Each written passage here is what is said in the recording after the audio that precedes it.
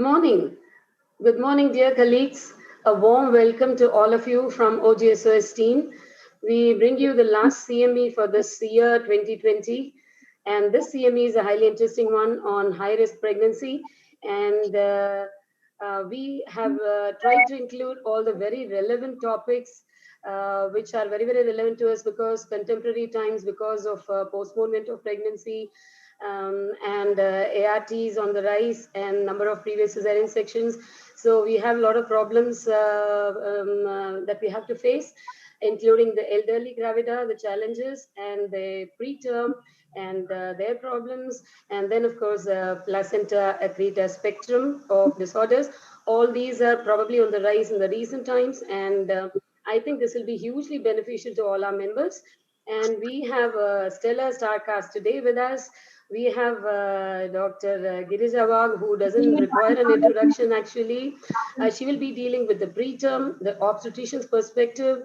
Then Dr. Sendil Kumar, he will be talking about the pediatricians and neonatologist perspectives of the extreme preterms. And Dr. Nirmala Jaishankar ma'am, she will be talking on the elderly gravida and the problems. And she again doesn't require introduction. She is, very well experienced and very calm and analytical speaker. We welcome you, ma'am. And then we also have Dr. Sudarshan Suresh with us today. He will be talking about the sonologist aspects, and they are extremely essential for us to diagnose the placenta accreta spectrum, first of all, for us to be well prepared and then deal with the problem. And then we have the panel to be moderated by Dr. Mitra Saxena, who is the chairperson-elect of Practical Obstetrics Committee and her team. And we have an extremely experienced panelist with us, list of panelists, and that includes Dr. Nirmala Jaishankar ma'am and Dr. Girija Wagh ma'am, and also our own people, and Dr. Jyoti Shetty from KMC Manipal. She heads a unit there and is extremely experienced. Then we have our own Dr. Sumati Sendal Kumar and Dr. Jayamala, both of whom are very familiar to you, and they deal with high-risk pregnancies and experienced. And actually, I can speak a lot about all of these speakers, but that will take a lot of time. And we have actually a lengthy program. And I would actually request the speakers to actually stick to the limit, although I would like to listen to them for a long time. First of all, let me give in detail the details of Dr. Girija Wagh ma'am. She is she is a consultant, Cloud9 and Apollo Spectra, Pune. She is Professor of Obstetrics and Gynecology, Bharati Vidyapeeth University Medical College and Hospital. She is also the director of Girija Hospital and Fertility Center, Pune. And she's got a lot of awards and recognitions. Tripta Umar Anikar Award for First in MD in 1992. She has been bright right from the beginning. Then Anandibai Joshi Award for Excellence in Medical Service, Specialization, Maternal Fetal Medicine, Gynec Endoscopy. She's member of the Steering Committee of World Organization of Gestosis and VP of India Gestosis, and Assistant Coordinator, National Eclampsia Registry, Chairman, Medical Disorders and Pregnancy Committee, FOXI, 2013 to 16. She is Joint Secretary, FOXI 2010, and she is also National Mentor, Lakshya, Ministry of Health and Family Welfare, Government of India. I'm sure it runs even more. And those are some of the salient features with that. And she will be talking about the obstetrician's perspectives of the preterm birth. And we will also deal with the neonatologist perspectives. And Dr. Sendal Kumar from Ramalingam Hospital would be doing that. He has done MBBS from Madras Medical College, MD from Grand Medical College, and then DNB neonatology from Panchi Kamakoti Child Trust Hospital. And he's practicing neonatology for the last 7 years. And he's one person I would trust any 400 gram, 500 gram baby with. And in fact, he is right now also dealing with one of them. He is an extremely calm and quiet and efficient person. So I think that would finish the introduction. I would like Dr. Girija Wagh ma'am to take over. Ma'am, over to you.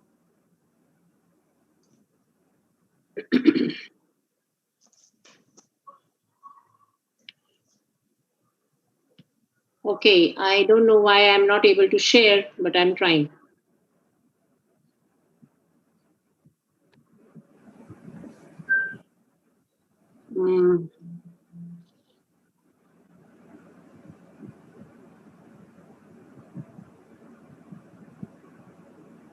Can you see my screen? Yes, madam, we can see Yes, your ma'am. screen. You can see my screen? Yes, Yes, ma'am. of Yes, course, ma'am. yes. I don't know why it is asked me to join again. Yeah, actually, it's asking so many things to me also. Yeah, to all of us, in fact. Can something be done? Yeah, technical team, kindly please. There's something going on. Yeah, so many of us are seen on the screen.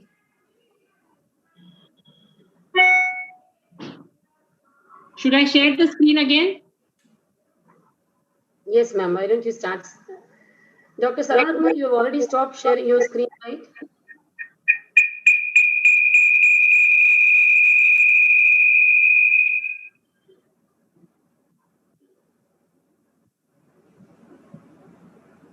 Okay, so I'm audible, I hope. Madam, I think you have opened one more. What is happening? Ma'am, there is a multiple login.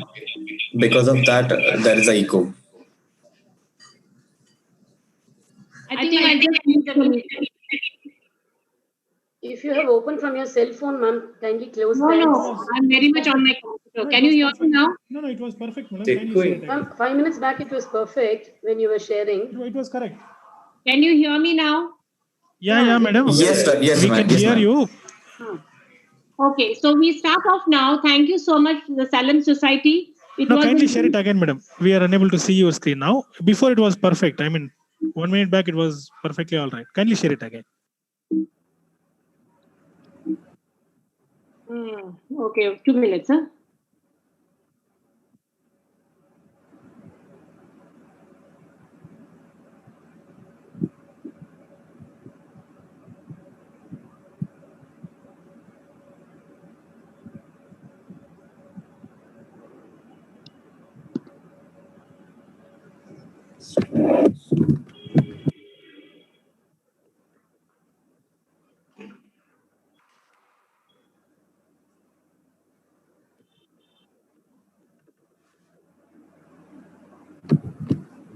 Is somebody else trying to share the screen too?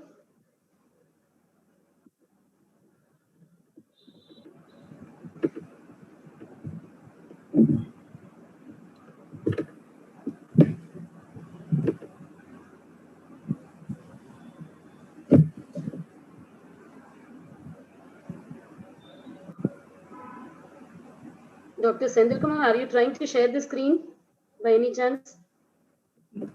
No, madam. No. I'm not sharing this.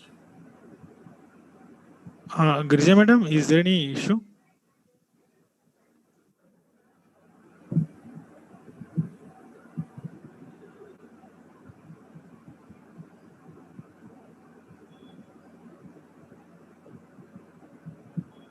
Ram is only not there. Not able to hear you.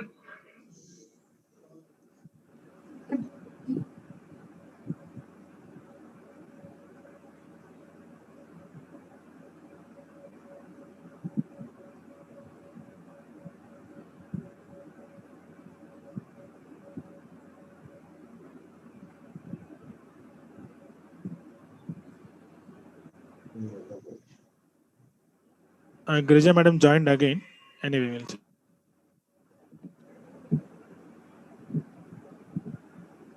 Is her presentation available with you? No, madam. No, madam. Not received. Yeah, madam shared again. Yeah. Yeah. Okay, can you see my screen by any chance? Yeah, we can see your screen, madam. So kindly open PPT.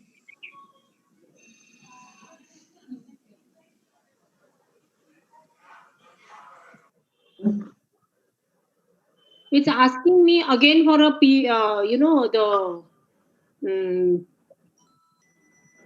Now it's your screen visible. You can minimize this window and open PPT. That is enough. Can you see the PPT? Yes, kindly go to presentation mode, madam. Yeah, thank you. Thank you. perfect. And extreme apologies for that. I don't know what technical glitch happened. But all the same, I congratulate Salem Society for this. And I remember that in the month of June 2019, I was visiting the Salem Society. And here is a responsibility which has been given to me to discuss about extreme preterm and obstetrician and a pediatrician perspective. I'm going to deal with an obstetrician perspective. Now, if you look at this particular age, it is also called as a peri-viability age or the limit of viability. And it is defined as a stage of fetal maturity that ensures a reasonable chance of extrauterine survival. With active intervention, most infants born at 26 weeks and above have a high likelihood of survival. Virtually none below 22 weeks will survive. Now, if you look at the various kinds of observations of late, we see that the chance of survival increases dramatically over these few weeks. And this crucial time, 26 onwards window, may be considered the period of peri-viability between 21 to 25 weeks. And beyond that, currently with excellent NICU care and obstetrical interventions, we are able to achieve better outcomes between 25 to 26 weeks. Now, the various organizations perceive it differently, with WHO talking of 22 weeks of gestational age or 500 grams birth weight. International Classification of Diseases talking about perinatal period as starting at 22 completed weeks. The EAPM from 22 completed weeks gestation and ending 7 complete days after birth, while the Eugenic Protection Act from 24 to 22 weeks, and the American Academy of Pediatricians, no initiation of resuscitation for newborns of less than 23 weeks gestation age and of 400 grams in birth weight is appropriate. Now, there has been a condition which happened in our country in 2017 where there was a max hospital death peri-viability, and the IMA issued guidelines in an advisory. And these has definitely medical legal implications where premature newborn was wrongly declared as dead. The IMA, NNF, and IAP issued guidelines on fetal viability in the backdrop of this case. Removal of the fetus in less than 20 weeks of pregnancy is abortion. Born between 20 to 24 weeks of pregnancy is not viable child and is not advisable to resuscitate. 24 to 28 weeks, the chance of survival is less and should be individualized. And after 28 weeks, every effort should be made for the child's survival. Now, India increases its gestational age for legal abortions from 20 to 24 weeks, and this is still undergoing a lot of discussion. And this extension to 24 weeks will also help victims of rape, girls with disability, as well as minors who may not realize that they are pregnant until later. And this would be a part of the amendment of the MTP Act, which is yet to actually see the annals of the guideline. Now, world's smallest surviving baby, born weighing only 8 ounces and with feet the size of a fingernail, has been reported in one of the German hospitals where a little baby was born weighing 229 grams, 22 centimeters, and she has been described as a little fighter and a survival as a medical sensation, while German media said she was the lightest premature baby ever born with tiny feet and a very, very small weight. Now, these are called as medical miracles, but there are, many times futility situations. The word is derived from the Latin futulus, meaning a vessel wide at the top and narrow at the bottom that tipped over and poured out its contents whenever it was filled. Danaes from Greek mythology, eternally filling an unfillable vessel to atone for their sins. And doctors and nurses caring for extremely ill patients could resonate with the feeling of carrying a water in a leaky bucket, continually working towards a goal that could not be achieved. And that's something which we as gynecologists and neonatologists feel when it is peri-viability age groups. But miracles do happen, and to be or not to be represents the typical drama and the dilemma that we face. Because improved outcomes over time and gestational age have been observed in the past 2 decades, with a rise of survival rate as gestational age increased from 22 to 25 weeks, delivery room management for peri-viable infants upon the latest available data, and impact of the gestational age on viability, it is important to recognize that asserting an accurate gestational age is challenging. Now, if we look at the various data from various countries, we find that especially patients who are over a period of year were seeing that the survival of infants between 22 to 25 weeks gestation during the initial NICU admission seems to be better off now in the recent times. And you can also see from the various years in time that there is a definite improvisation in the availability, in the viability of these babies and going on further. Now, the factors which have been identified to improve survival and outcome through multiple regression analysis have shown 100 grams increment in birth weight at a given gestational age, use of antenatal glucocorticoids, female sex, and singleton birth. The ACOG and the SMFF have published consensus obstetric care guidelines about clinical management of pregnancies with threatened or imminent delivery at 20 to 25 weeks of gestation. And NDI and the survival obstetrics and neonatal management choices have shown to be helping. Antenatal steroids, tocolytic agents, antibiotic administration, cesarean births, local protocols for perinatal care, neonatal resuscitation, and intensive care support. Similar findings were observed in a survey of the ACOG members that reported on the impact of provider and institutional factors on counseling and decision making in the care of peri-viable pregnancies. And preterm birth prevention with risk assessment and proactive approach and prevention of preeclampsia can also be additional proactive measures that we can consider. Now, antenatal steroids for all pregnant women at 23 to 33 plus 6 weeks at increased risk of PTL within the next 1 to 7 days is recommended. Selection of such pregnancies is a clinical judgment based on high probability of need of an induction of labor or a cesarean delivery for obstetrical or medical conditions, high probability of spontaneous preterm labor and delivery, example, PROM or active preterm labor while you're giving active tocolysis. ANS at 22 to 22 plus 6 weeks, families requesting aggressive neonatal intervention after thorough consultation with maternal fetal medicine and neonatal specialists, and parents should be informed that ANS may provide a survival benefit, but the risk of major morbidity in such extremely premature survivors is high.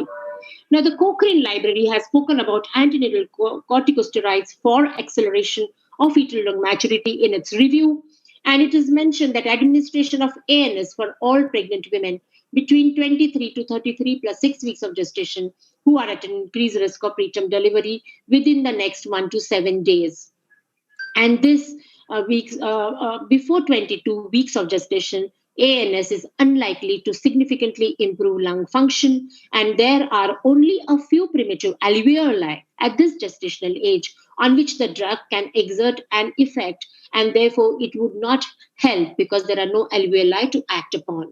Now, how do ANS acts? They accelerate the development of type 1 and type 2 pneumocytes, leading to structural and biochemical changes that improve both lung mechanics. And induction of type 2 pneumocytes increases surfactant production, induction of pulmonary beta receptors, which play a role in surfactant release and absorption of alveolar fluid when stimulated. Induction of fetal lung induces antioxidant enzymes and upregulation of gene expression for the epithelial sodium channel, which is important for absorption of lung fluid after birth. The course which is proposed is betamethasone 2 doses, 12 milligrams given intramuscularly 24 hours apart, or dexamethasone 4 doses of 6 milligrams given intramuscularly 12 hours apart, and the second dose is what is recommended by the Government of India. A non-sulfite containing preparation should be used, as the sulfite preservative commonly used in dexamethasone preparations may be directly neurotoxic in newborns, and therefore it is always given intramuscularly. These steroids are preferred.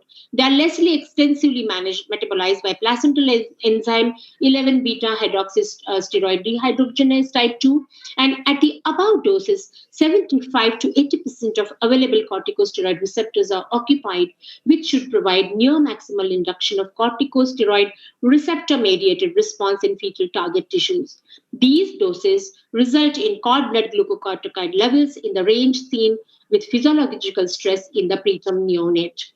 Now, ANS therapy for mothers of infants born at 23 to 24 and 25 weeks was associated with lower rates of both mortality and important morbidities, including a lower rate of death, severe NDIs at 18 to 22 months corrected age. Despite the potential to improve outcomes, the administration of ANS is not increasing at gestational ages around the limits of viability and remains substantially low.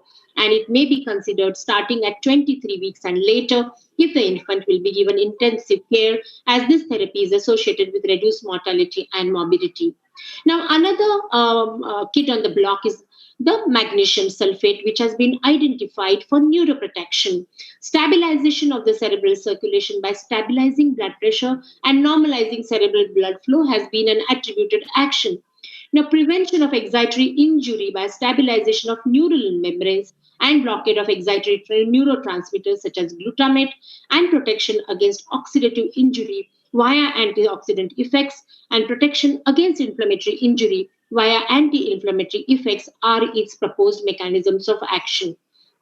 Now, improved neurological outcomes before anticipated preterm labors have been attributed to MaxSelf, and RCTs enrolled 24 weeks gestational data is unavailable yet reduces the incidence of cerebral palsy, however, and magnesium sulfate is recommended if peri-viable delivery is anticipated. Now, the biological plausibility of the neuroprotection may be through exerting vasodilator effects in the fetal cerebral vessels, mitigating hypoxia and or ischemia-induced brain damage. It exerts an anti-inflammatory effect, and it downregulates the NMDA receptors, which we already saw. Now, the maternal candidates for magnesium sulfate from neuroprotection have been shown in this algorithm, which can be at 23 to 31 plus 6 weeks of gestational age, preterm labor with cervical change and high likelihood of delivery within 12 hours, PROMS, suspected cervical insufficiency with a high likelihood of delivery within the next 12 hours, and planned delivery for medical indications in the peri-viable age group. Does the patient need any exclusions? Yes or no has to be found out. Do not initiate magnesium therapy for neuroprotection if there are any exclusions, and if there are none, load the patient with 6 grams of magnesium sulfate IV over a total of 20 to 30 minutes. Run a maintenance infusion of 2 grams per hour until delivery or 12 hours have elapsed. Now, exclusion from protocol is intrauterine fetal demise, maternal severe preeclampsia, fetuses with lethal anomalies, and maternal contraindications to magnesium sulfate like myasthenia gravis and renal failure. However, maternal severe preeclampsia seems to be actually not an exclusion, because we know that we are using in that situation for prevention of eclampsia. The patient returns with risk of preterm delivery and meets the above criteria. Has the patient been off to magnesium or more than 6 hours? If the answer is yes, then we can give her magnesium sulfate. And if the answer is no, then you can restart the magnesium sulfate at 2 grams per hour IV until delivery or up to 12 hours. Now, rescue cerclage can be considered when there is no contraction, PROM, or infection, and studies have shown that pregnancy prolongations and increased live births with cerclage against without. Now, you can see here a patient, 26 years, diagnosed with Graves' disease, history of previous loss at 19 weeks, and she presented with such a presentation at around 23 weeks of gestation, and you can appreciate that there is a os which has started opening up despite we had done her surveillance at around 16 to 19 weeks. And for this we had to perform, after stabilization, a salvage cerclage, and then she could take the pregnancy to 36 weeks. Of course, these are single anecdotes, but then they do help us in trying to improve perinatal outcomes. Nifedipine and indomethacin have been identified to be effective tocolytics to delay delivery for 48 to 72 hours after 26 weeks of gestation. There is no data, however, there for less than 26 weeks, and therefore there is no strong recommendation. Now, you can consider this patient who had a polycystic ovarian syndrome, who was stimulated with clomiphene citrate, and then the conceived, she used to keep on having pain on and off. 12 plus 2 week scan was normal. BV treatment was given. She had a history of recurrent vaginitis. And then she continued to have on and off bleeding, was shifted to oral progesterone instead of transvaginal, which she was already taking. Oral glucose challenge test, DGGT and MNT diet advised exercises were given planned. Bleeding control, and the pregnancy continued. 16 weeks, she again had asymptomatic basiluria, treated with nitrofurantoin as the sensitivity showed. Brisk bleeding episodes once again. And at 19 to 20 weeks, everything seemed to be fine at the TIFA scan.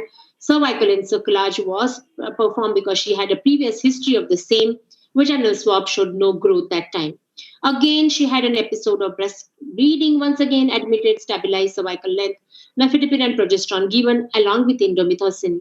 A second opinion was taken. There was slough near the cervix. Enterobacter physalis was found in culture sensitivity, and she was admitted for 4 days with PROM, discussed grim prognosis, insisted on conservation, delivered as no response, 23 weeks stillbirth, 375 grams male fetus. So we have to be also careful about self-medications, because later on I realized my patient was taking isoxaprine hydrochloride, DHA, and antibiotics on her own, and probably that is the reason why she kept on having that recurrent vaginal infections. Now we have also Mrs. AB, who had 2 recurrent pregnancy losses, and she had been given encerclage at 14 weeks of gestation. Early anatomy at 16 weeks showed a cervical length of 30 millimeters. Still, we did despite, because the cervical encerclage was done because it was indicated, she had previous 3 losses at 18 to 19 weeks, and TIFA at 18 weeks again showed a residual cervical length of 16 mm, where I repeated a cervical encerclage, but with very, very strict bed rest, she was taken to 37 weeks of gestation.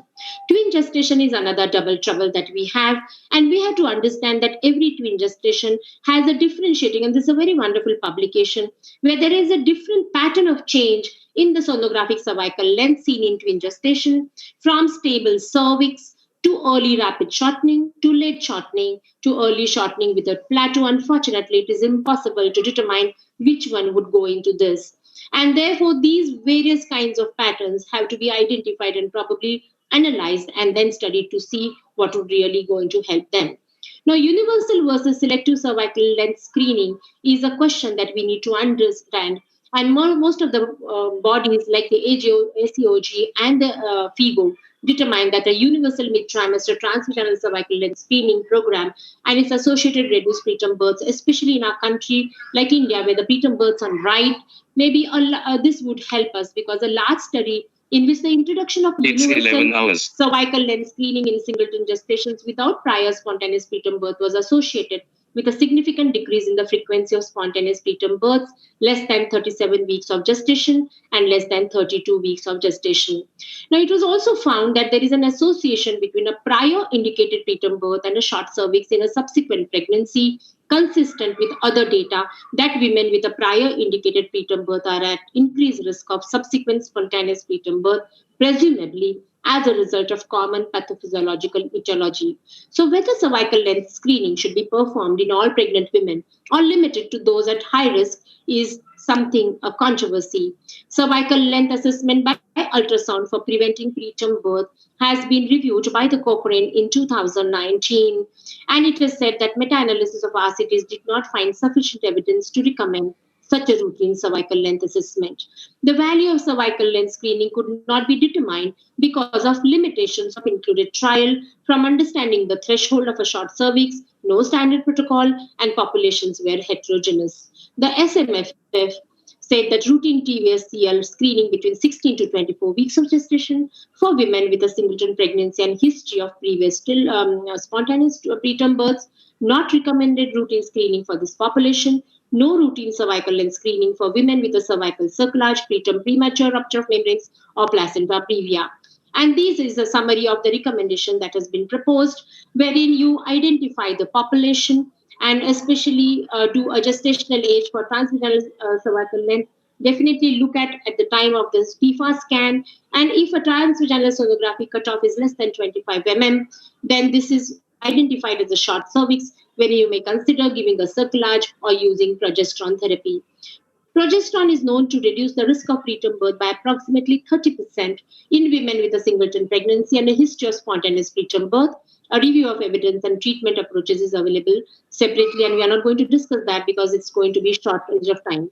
In addition to cervical length screening, offer hydroxyprogesterone caproate is what the ACOG mentions in the recent up-to-date, and continuing through the 36 weeks of gestation to reduce the risk of recurrent spontaneous preterm birth. Prior to 16 weeks, the lower segment is underdeveloped, making it challenging to distinguish this area from the endocervical canal. How does progesterone work to prevent preterm birth? Maintenance of uterine quiescence, anti-inflammatory immunosuppression, cervical stroma, autocrine or porocrine actions.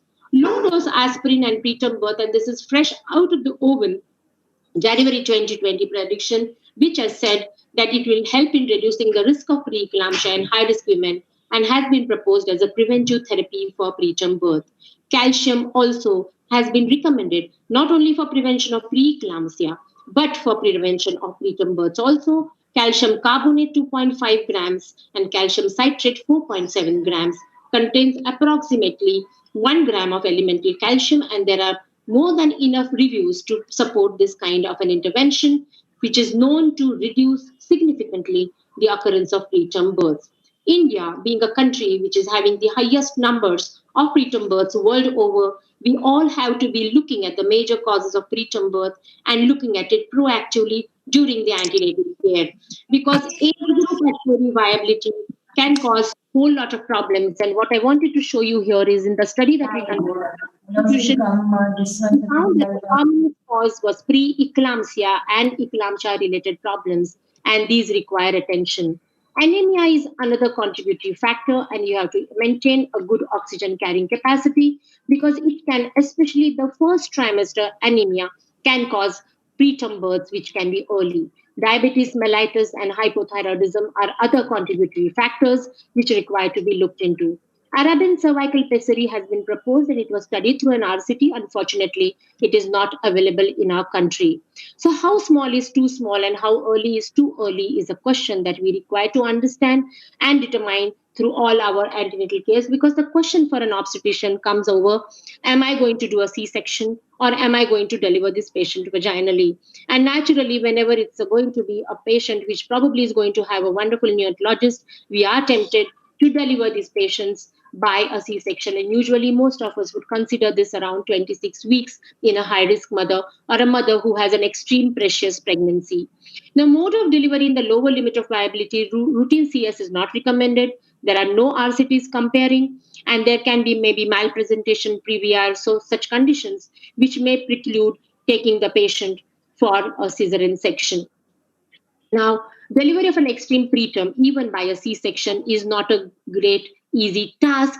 We have to be sure about the uterine being relaxed by not injuring the baby, and one can consider doing an amnion protective C-section to protect the babies. From the Chinese study, there has been a good experience. There are maternal health concerns also, like, with the tocolysis, prolonging pregnancy, giving rise to sepsis, surgical interventions, preterm C-sections, making her at risk of placental abnormalities in a subsequent pregnancy, and uterine ruptures. Another thing that matters is the place of delivery and how are we going to deliver this baby, or maybe consider an in utero transfer. So, the ops and the neonatologists have to agree on this, and disagreement in the management approach of infants weeks between obstetricians and neonatologists has been significantly increased the likelihood of death on the first day of life. So that it's important that we are in tandem with the perinatologist also, so that we know that we have better chances. Now, if you look at the general guidance regarding obstetric interventions for fetal and imminent periviable birth by best estimate for gestational age, definitely you can see that all of these conditions which I mentioned just now have been recommended from 24 weeks onwards of gestation to be given price. So it's important that we optimize survival or minimize suffering. That is our balance, and that is what we have to deal with. Thank you so much for the opportunity. Sorry, I had to rush through the slides because I didn't want to, go on to the time of the next speaker. Thank you. Thank you very much, ma'am. That was a wonderful presentation, actually, and you have stuck to the time beautifully, despite all the initial problems. And actually, you have clearly highlighted the peri-viability stage and the need for the neonatologist and the obstetrician to coordinate with each other in this process. That will increase the chance of survival of the baby. And of course, as you very rightly said, the counseling also is very important as to what they can expect. Although we can make the baby survive, there could be the major problems later. Ma'am, you have very beautifully highlighted everything. Maybe we'll have Dr. Sendil Kumar talking right now, and we can take the questions at the end of that. My only anxiety was with that to meet up to your expectations, because you had very specified. Yeah, thank you so much. Ma'am, you have actually done beautifully. In fact, I never expected so much. Thank you very much. Thanks. Dr. Sendil, over to you.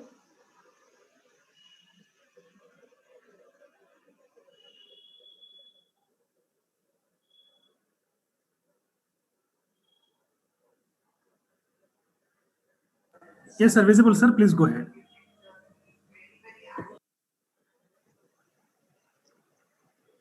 Sendil, you need to unmute yourself. Yeah, Dr. Sendil, we can't hear you. Senthil, sir, I have sent a request to unmute. Yeah. Okay. Is it audible? Yes, Yes. very much. Good morning, madam. My sincere thanks to Dr. Vidya, madam, and Dr. Saravanan for inviting me this talk. The topic is extreme preterm, neonatologist perspective.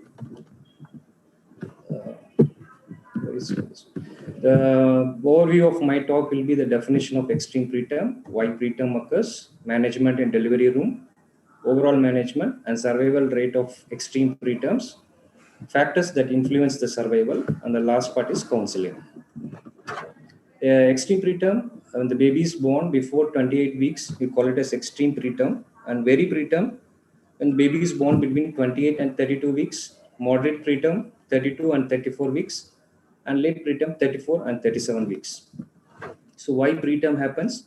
There are, there are two types of preterm births. One is spontaneous and indicated. Spontaneous is deliveries occurring following the spontaneous onset of uterine contraction. And indicated is whether maternal indication or fetal indication necessitating early delivery. Example, preeclampsia and IUGR.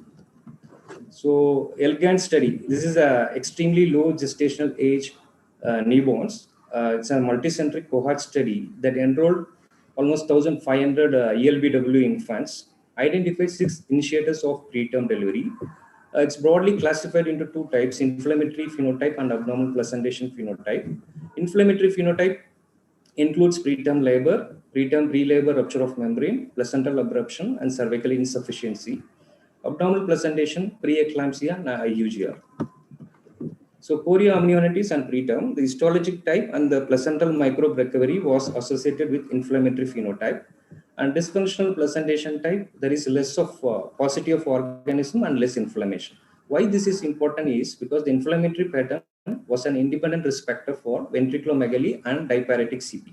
The microbial presence in the placenta leads to inflammation in the fetus that is associated with PVL, ROP, and attention problems in later life. So the large concerns in delivery room management of ELBW are cord clamping, thermal regulation, respiratory support, and monitoring in DR. So cord clamping, when the cord is clamped at around 1 minute, the baby will receive almost 80 ml of blood. When it is delayed by 3 minutes, the baby will receive almost 100 ml. So the practice of immediate cord clamping has been questioned as unphysiologic.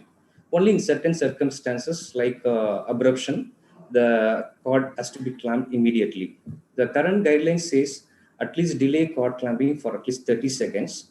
It provides additional 30% blood volume, which may improve pulmonary blood flow and left ventricular preload. The evidence says it improves the blood pressure and hemoglobin and less frequent blood transfusion. It has been shown to reduce overall IVH also. And comparing umbilical cord milking and delayed cord clamping, and one study has found more efficient technique than delayed cord clamping to improve blood volume in premature infants when delivered by C-section. And it is suggested that ELBW infants not requiring immediate resuscitation should receive delayed cord clamping for at least 30 seconds, and baby could be either held above or below the level of placenta. So the ELBWs are more prone for hypothermia because they have less ability to produce heat because of reduced quantities of subcutaneous brown fat, inadequate vasomotor response, and they lose heat by conduction, radiation, evaporation, and convection. So the NRP guidelines emphasize the thermal regulation. The strategies to minimize heat loss include occlusive wrapping using mattress, humidified gases, polyethylene caps, and adequate DR temperature. So the DR temperature should be maintained around 26 degree, and hyperthermia is also has many deleterious effects on the perinatal brain. And you have to, the target range of temperature in neonates should be 36.5 to 37.5 degree, and both hypothermia and hyperthermia should be avoided. Respiratory support, CPAP is the first line of respiratory support in preterm with RDS, and helps to facilitate early establishment of functional residual capacity, reduced atelectative trauma, and improved oxygenation.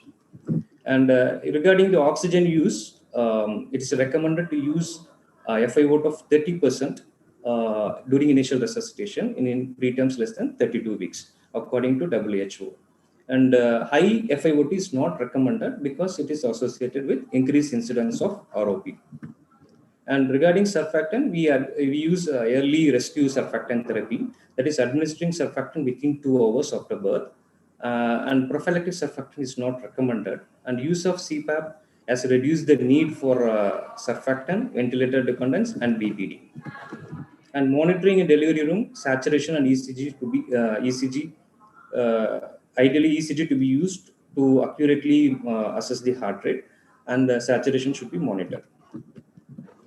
This is the overall management. In the delivery room, thermal regulation is must, and practice delayed cord clamping and use of early CPAP and early rescue surfactant therapy. And when we intubate, we use volume controlled ventilation and early extubation to non-invasive ventilation, bubble CPAP. And we do targeted echo to look for ductal size PDA. And if hemodynamically significant, we close with Brufen or paracetamol. Then parental nutrition from day 1 and MEN, that's minimal enteral nutrition if baby is hemodynamically stable. And we use probiotics from day 1, and we follow strict asepsis and standard feeding protocol. This is all about, Madam has already talked about the survival and impairment of extremely premature infant. This is a meta-analysis. There are usually 3 categories: percentage of all births, percentage of live birth, and percentage of NICU transfer. Because why 3 categories? Because some are stillborn, and some only opt for resuscitation, and some only receive active NICU intervention. So you can see that before that 25 weeks, you can see that the survival rate is very less. After 25 weeks, the survival rate improves. The goal in managing ELBW infant is not only survival, but survival with normal neurological outcome. So you can, among the survivors, you can see that 22 weeks, only 25% have a normal neurological outcome, and it goes to 35, 40, and above 50 in about 25 weeks. So about 25 weeks gestational age, the prognosis seems to be good. So this is an Indian study. This ALBW infants are more prone for neurodevelopmental impairment, and it is seen in almost around 35.4% of babies in ELBW infants. Can we modify these factors? This use of early caffeine based on CAP trial, the caffeine improves survival without neurological impairment or developmental delay at 18 months to 21 months of age. Then we use early caffeine therapy.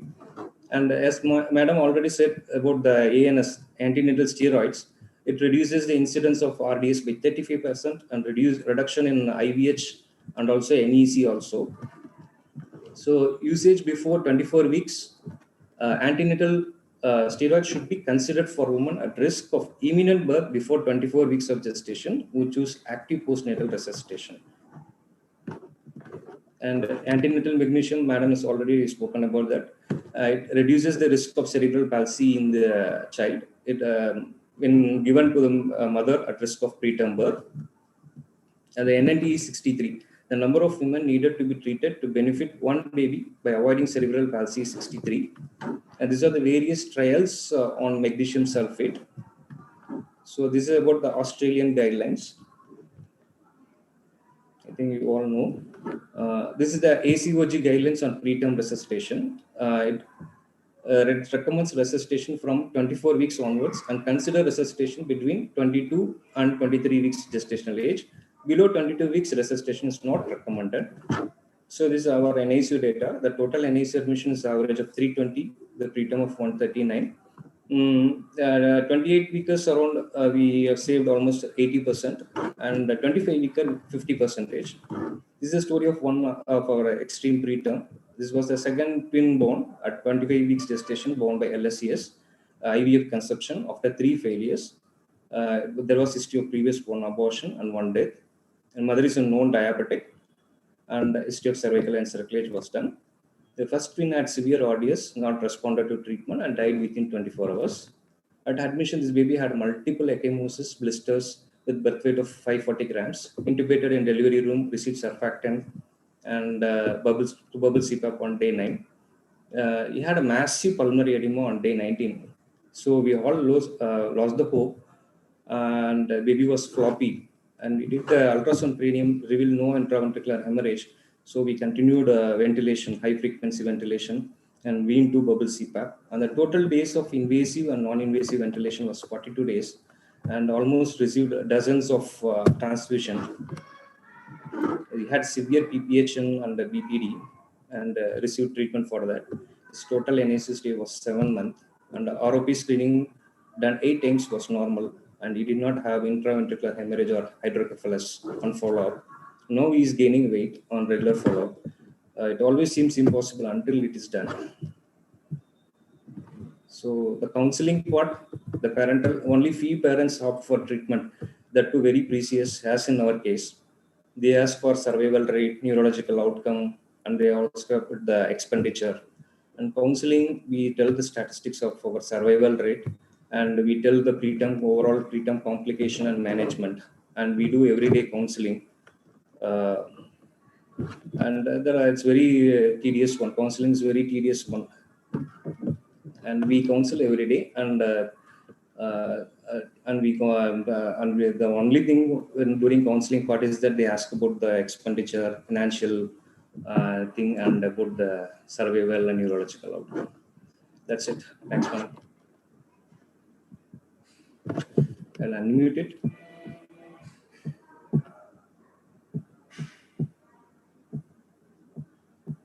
Hello. Hello, madam. Hello. Yes, we can hear you, sir. 1 minute. Actually, you can have the questions from the chat box, because both the speakers have finished within the stipulated time. And that was an excellent talk, Dr. Sindel. And we are proud to have you in Salem. We are proud to have you in Salem, delivering all our extremely preterm babies. Yes, actually, if there I are must any say, questions in the chat box, probably. yeah, if there are any questions, please go ahead. And I must really say that Dr. Senthilkumar is a real solid support. The way he counsels the patients also, I've seen him first-handed. And although not giving false hopes, but at the same time, patients are very comfortable. And most of them, they go home, they come back only every day, just come and have a look and go back. And he's able to handle them.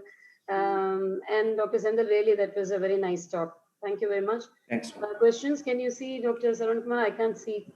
I'm also not able to see. Technical team? We are not able to see. Can we have the question? Chat box. Yeah. I'll read, madam. I'll read out. Yeah. There is a question from Pleasant. Precautions for placenta accreta. Oh, no, that is yet to come. That is yet to come. Yeah, we'll go to the next question. Treatment for high risk pregnancy. There is another question from J. Lakshmi, Salem. No. If we can see the questions, then probably we'll be able to. Okay, sir. I'll post it. Vidya? Yes, ma'am. Can I make a comment regarding this? Yes, ma'am. Please go ahead. Dr. Senthilkumar's talk was excellent. And he actually stressed a lot about counseling, which I think is very, very important in extreme preterm.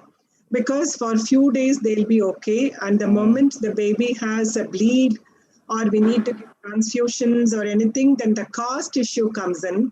And he brought it out very nicely. And I would like to congratulate Senthil for that very practical, excellent presentation.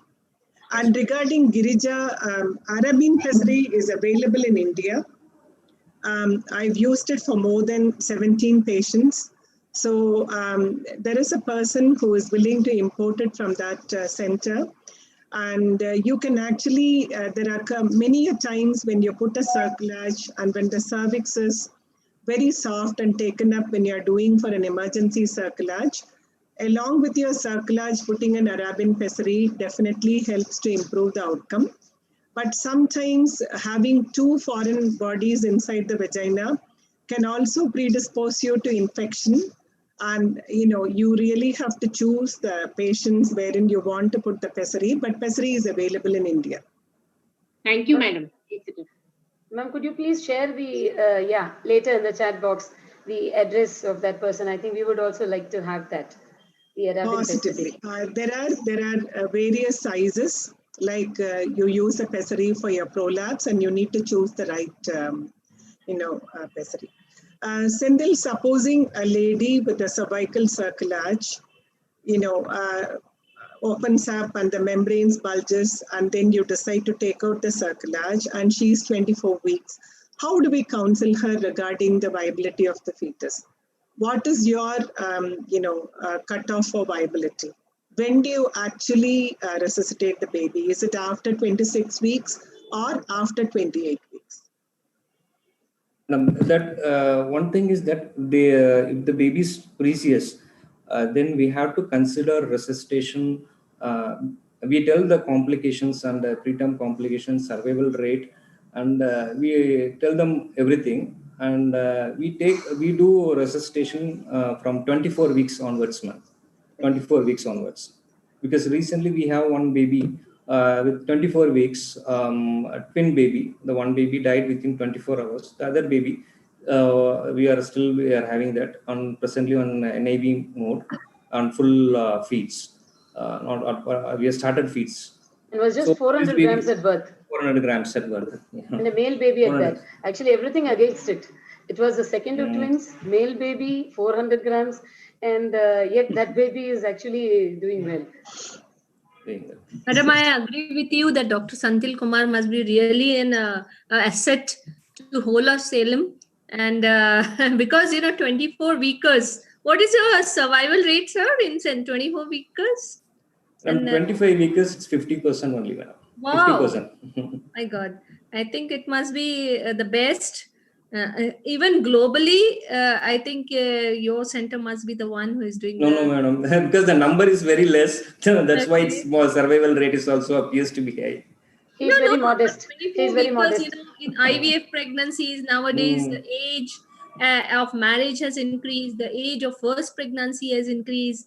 Infertility patients are going, on the rise. So having and the assurance that, or maybe not even, even a chance that a 24 weekers will survive gives the obstetrician a lot of confidence in delivering these women if required by cesarean section and, counseling in that way. So I think it's a wonderful work you're doing. Thanks.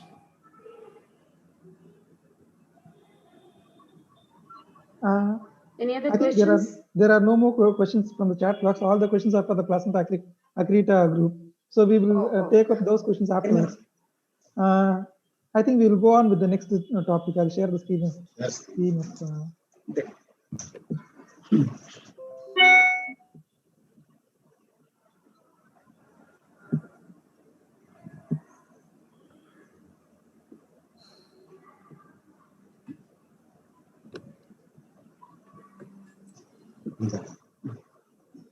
Yeah.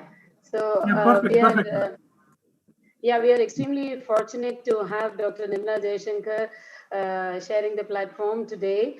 She's a senior consultant gynecologist and obstetrician at Apollo First Med and Apollo Cradle Hospitals, Chennai. She stood first in the university in MDOG and was awarded 6 gold medals from Madras University. That is very much understandable, ma'am. We can make out why. Recipient of A.L. Mudaliar Traveling Fellowship. After a short service in Tamil Nadu Medical Service, went to London, worked in the prestigious King's College London, obtained MRCOG and FRCOG. She was awarded the Best Doctor Award from Dr. MGR Medical University in 2010. Was the president of OXY for the year 2015 and 2016, active member of PNRCOG, IAG and IMS, and her field of interest is high-risk pregnancy, endoscopic surgery, and postgraduate teaching. Ma'am, I'm sure there are more laurels, but this is the only time I have right now. Okay, thank you very much, ma'am, and the platform is yours.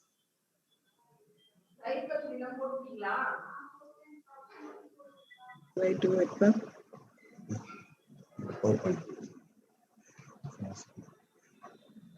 share screen.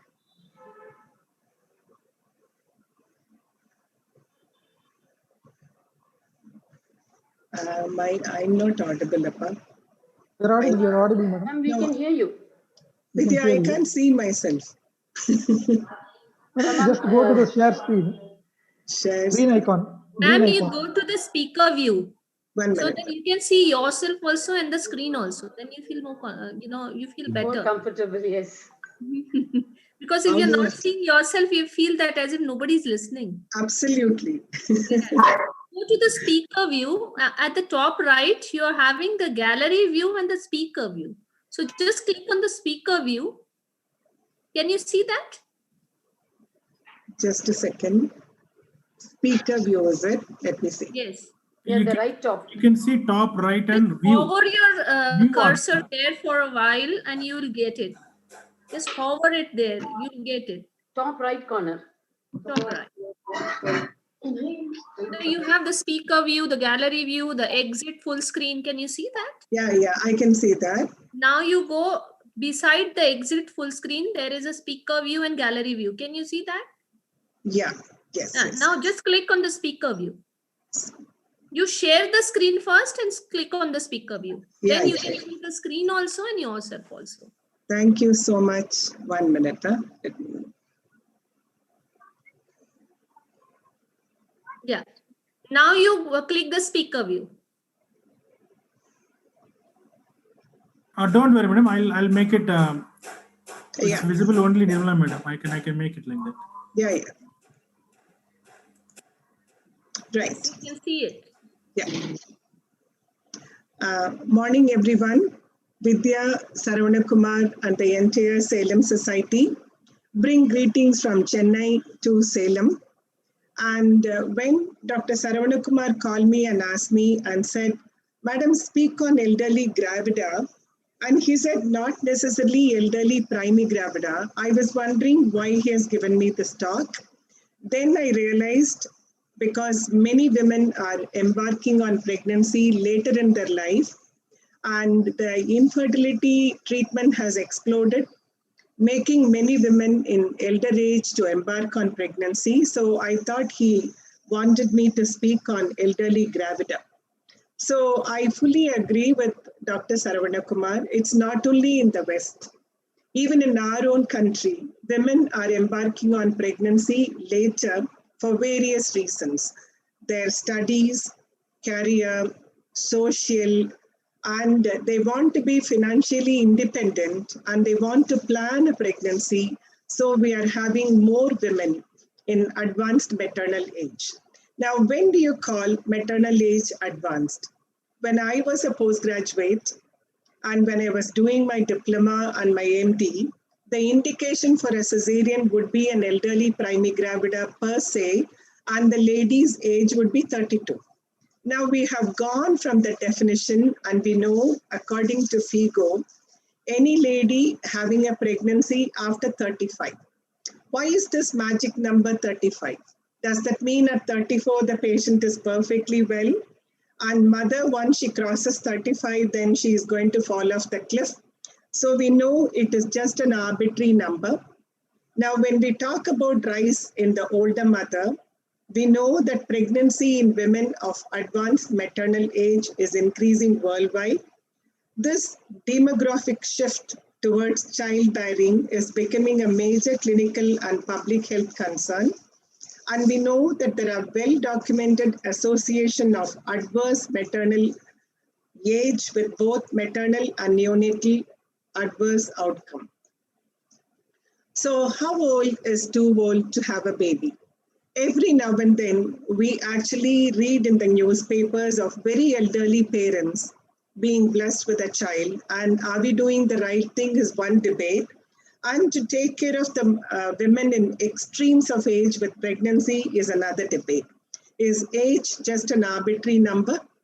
So does that mean that every lady who is beyond 35 is going to behave the same?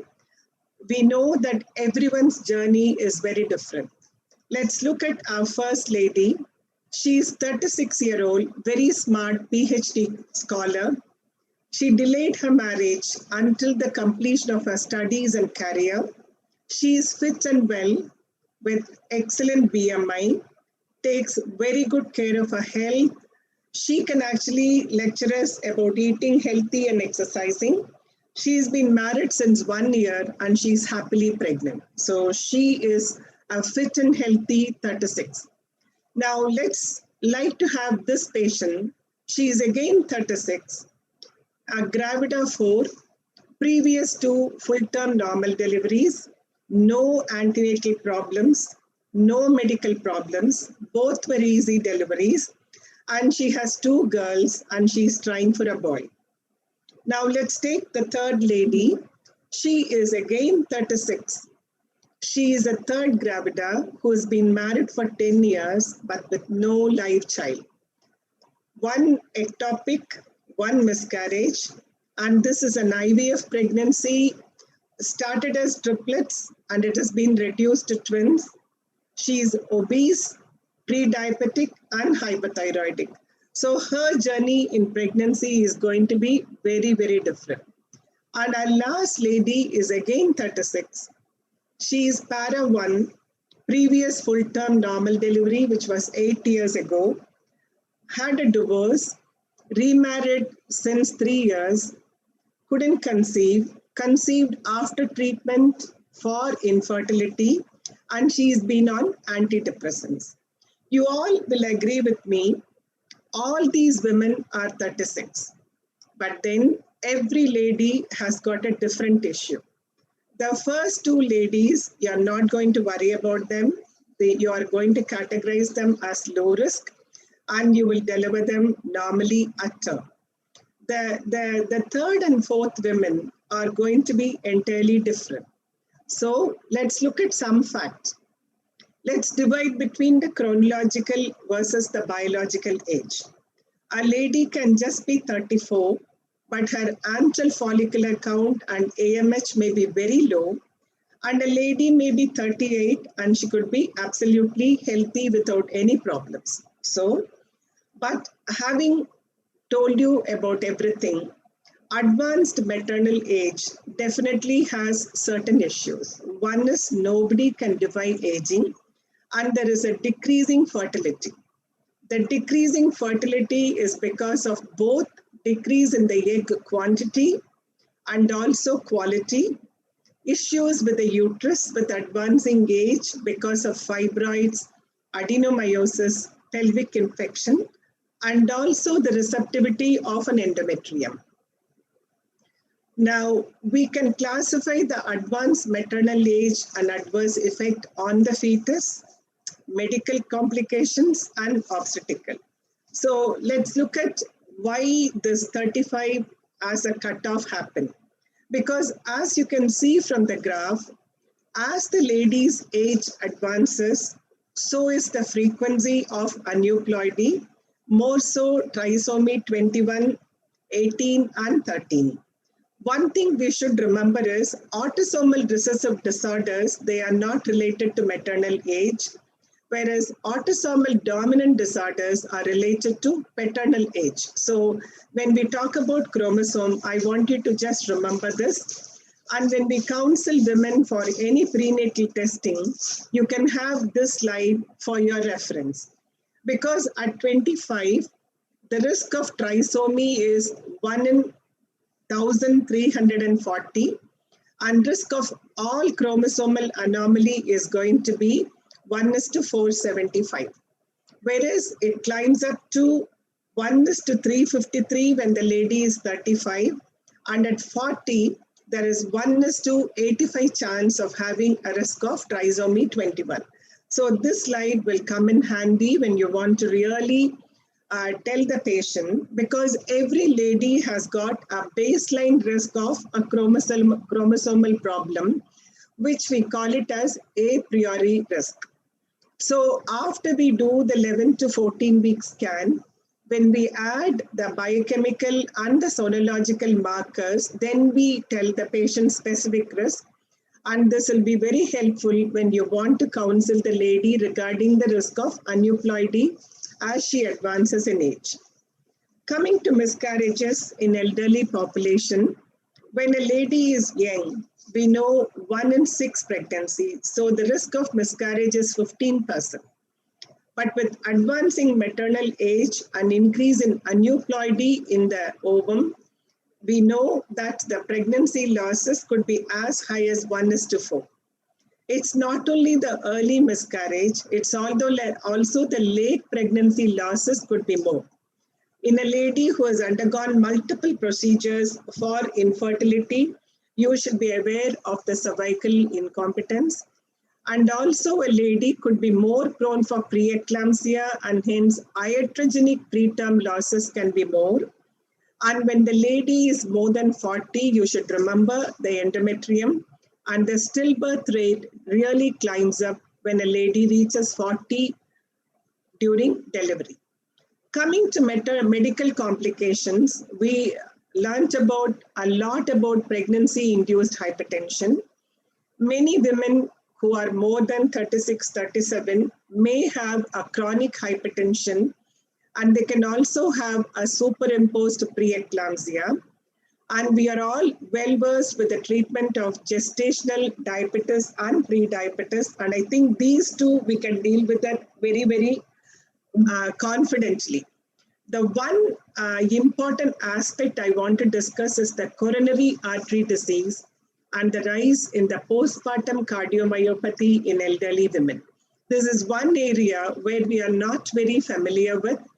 And when a lady has taken much of infertility treatment in the form of hormonal injections, estrogens, progesterone, bed rest, and the whole lot that happens along with an IVF pregnancy, you should be very aware of the effect of advanced maternal age and all the medications on her cardiovascular system. And this is one area where I want to just spend a little bit more time on, because majority of us are very confident there are clear-cut guidelines for managing preeclampsia. Gestational diabetes has been talked to us so much. Majority of us are very happy dealing with the gestational diabetes and the pre-diabetes. Okay, just to quote a study regarding effect of advanced maternal age on pregnancy outcome, preeclampsia actually tops the list. And preeclampsia affects both the mother and the baby. And you will be forced to do an early delivery either because of maternal complications of preeclampsia or because of intrauterine growth restriction. So you really have to screen the women with advanced maternal age for preeclampsia in the form of uterine artery Doppler and in the form of a preeclampsia screening to see whether she qualifies for your aspirin in order to prevent an early onset preeclampsia. Coming to gestational diabetes mellitus, there are no two opinions that the risk of GDM increases by 6-fold in a nulliparous pregnancy and probably by 3-fold in a multiparous pregnancy because of advanced maternal age. And when you look at preeclampsia, there are various studies which are saying that maternal age more than 40, the risk of preeclampsia doubles, and it increases by 30% for every year after 35 years and 4% for every year after 34. So all these you have to keep it in mind. Coming to advanced maternal age and cardiovascular maladaptation, we know that in pregnancy, the cardiac output has to increase in order to give nutrition for the growing fetus. And when the mother is in advanced maternal age and she also has a chronic hypertension, it actually impairs the maternal age, and the hypertension impairs the cardiovascular adaptation to pregnancy, posing her for coronary artery disease in pregnancy. So just to tell you, preeclampsia, gestational diabetes, and peripartum cardiomyopathy, all these complications increase when the mother becomes more advanced in gestational age. So peripartum cardiomyopathy is one thing which I think all of us have to keep it in mind.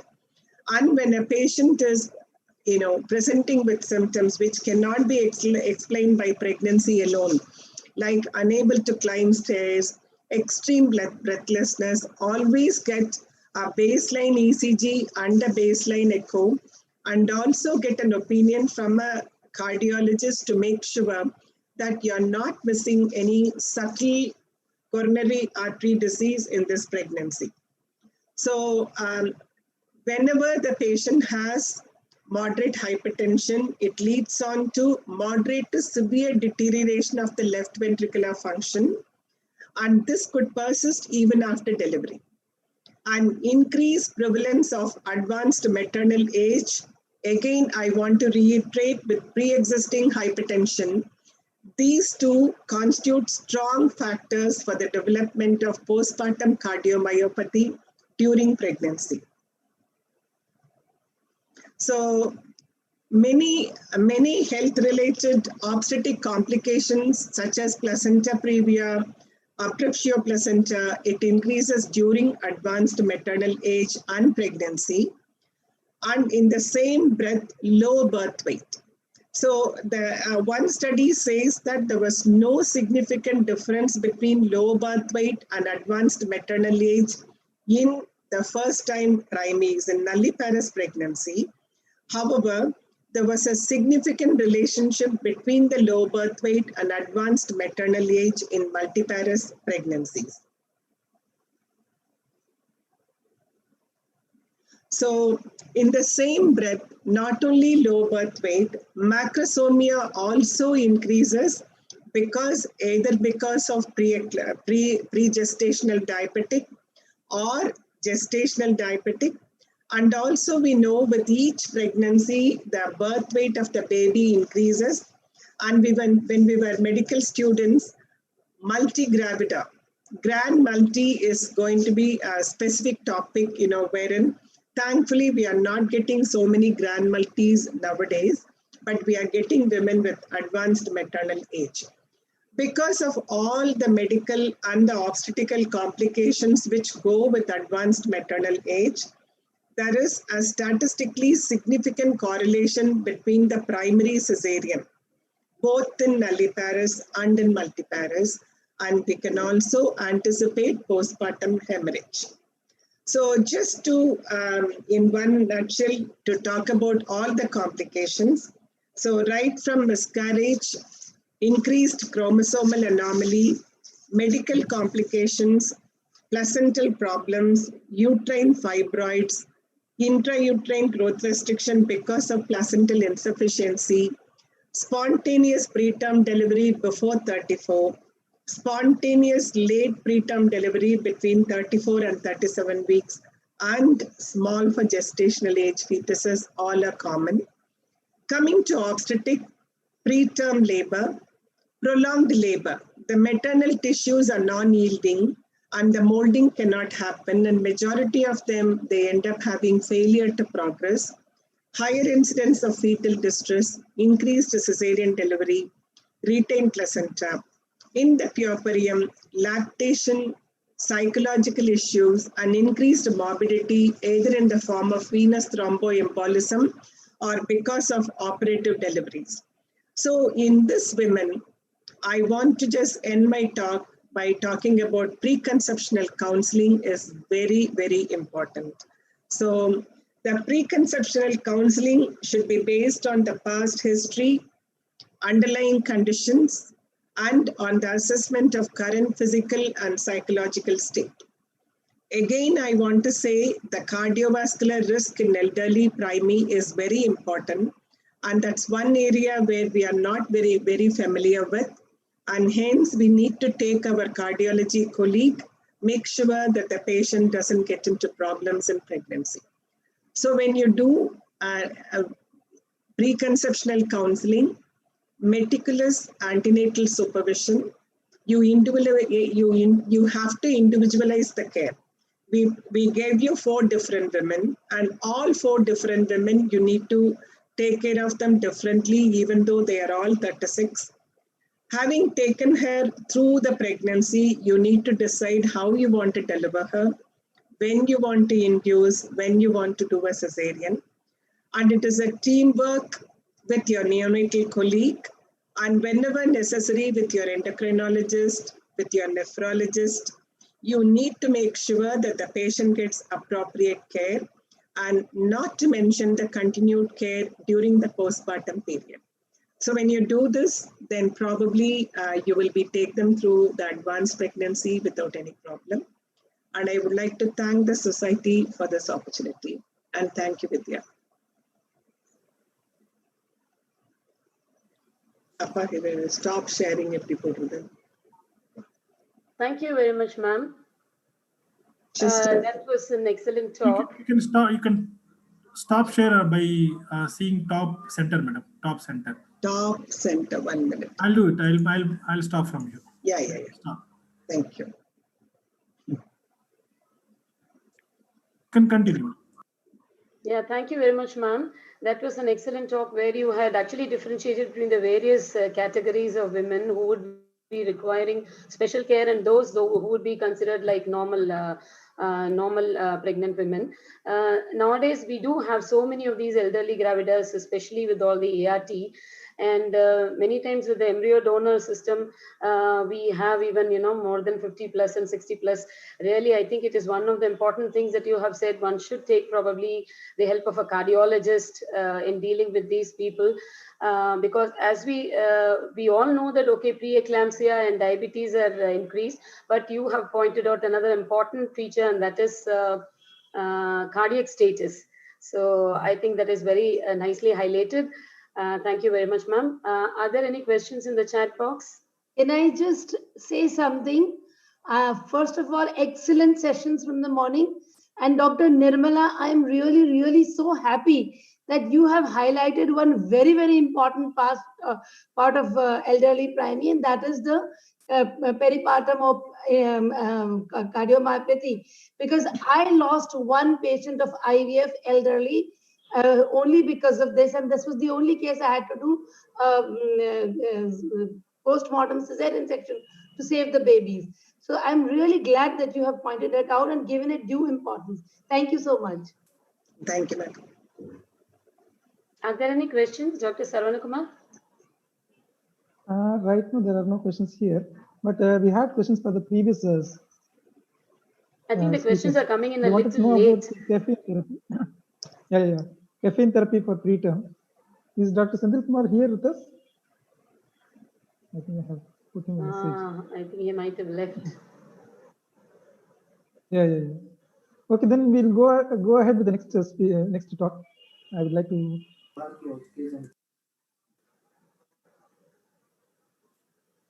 Whatever questions I have posted, sir, in chat box. Okay, then I will just see it.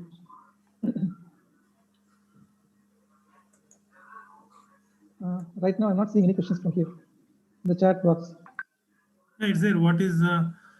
Okay, those were previous questions. Okay. That was the previous question. Okay. There is no question relevant for this talk. So right now, I will go with the next speaker. I would like to.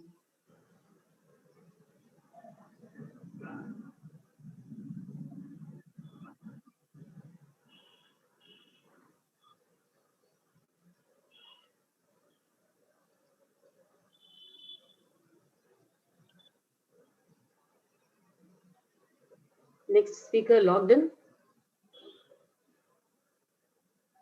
Yes, Dr. Sudarshan is here with us. Is here? Okay, please go ahead then. Doctor is there. Good morning. I welcome Dr. Sudarshan from Medscan Systems, and actually they are the pioneers in India for maternal-fetal medicine. He was very much acceptable for our invitation, and immediately said and he gave an acceptance for our society. I welcome you, sir. He is MBBS from PSG ISMR, IMSR, DNB OG from Southern Railway Hospitals, Chennai, Fellowship in Fetal Medicine from Medscan Systems, and trainer and faculty in workshops, lectures, and conferences, and co-investigators for fetal size charts and DBT funded project. And his full focus is on first trimester ultrasound screening, high-risk multiple pregnancies, and invasive procedures. Over to you, sir. Yeah, before that, I would just like to add one thing. When I was thinking about this topic, actually both Dr. Mitra Saxena and Dr. Bhuvaneshwari of ultrasounds here, and both of them, they spoke very highly about this particular topic he had projected in some other platform, and both of them said this is a topic not to be missed. And so I was extremely keen that he should be presenting this topic. Welcome, Dr. Sudarshan. Thank you.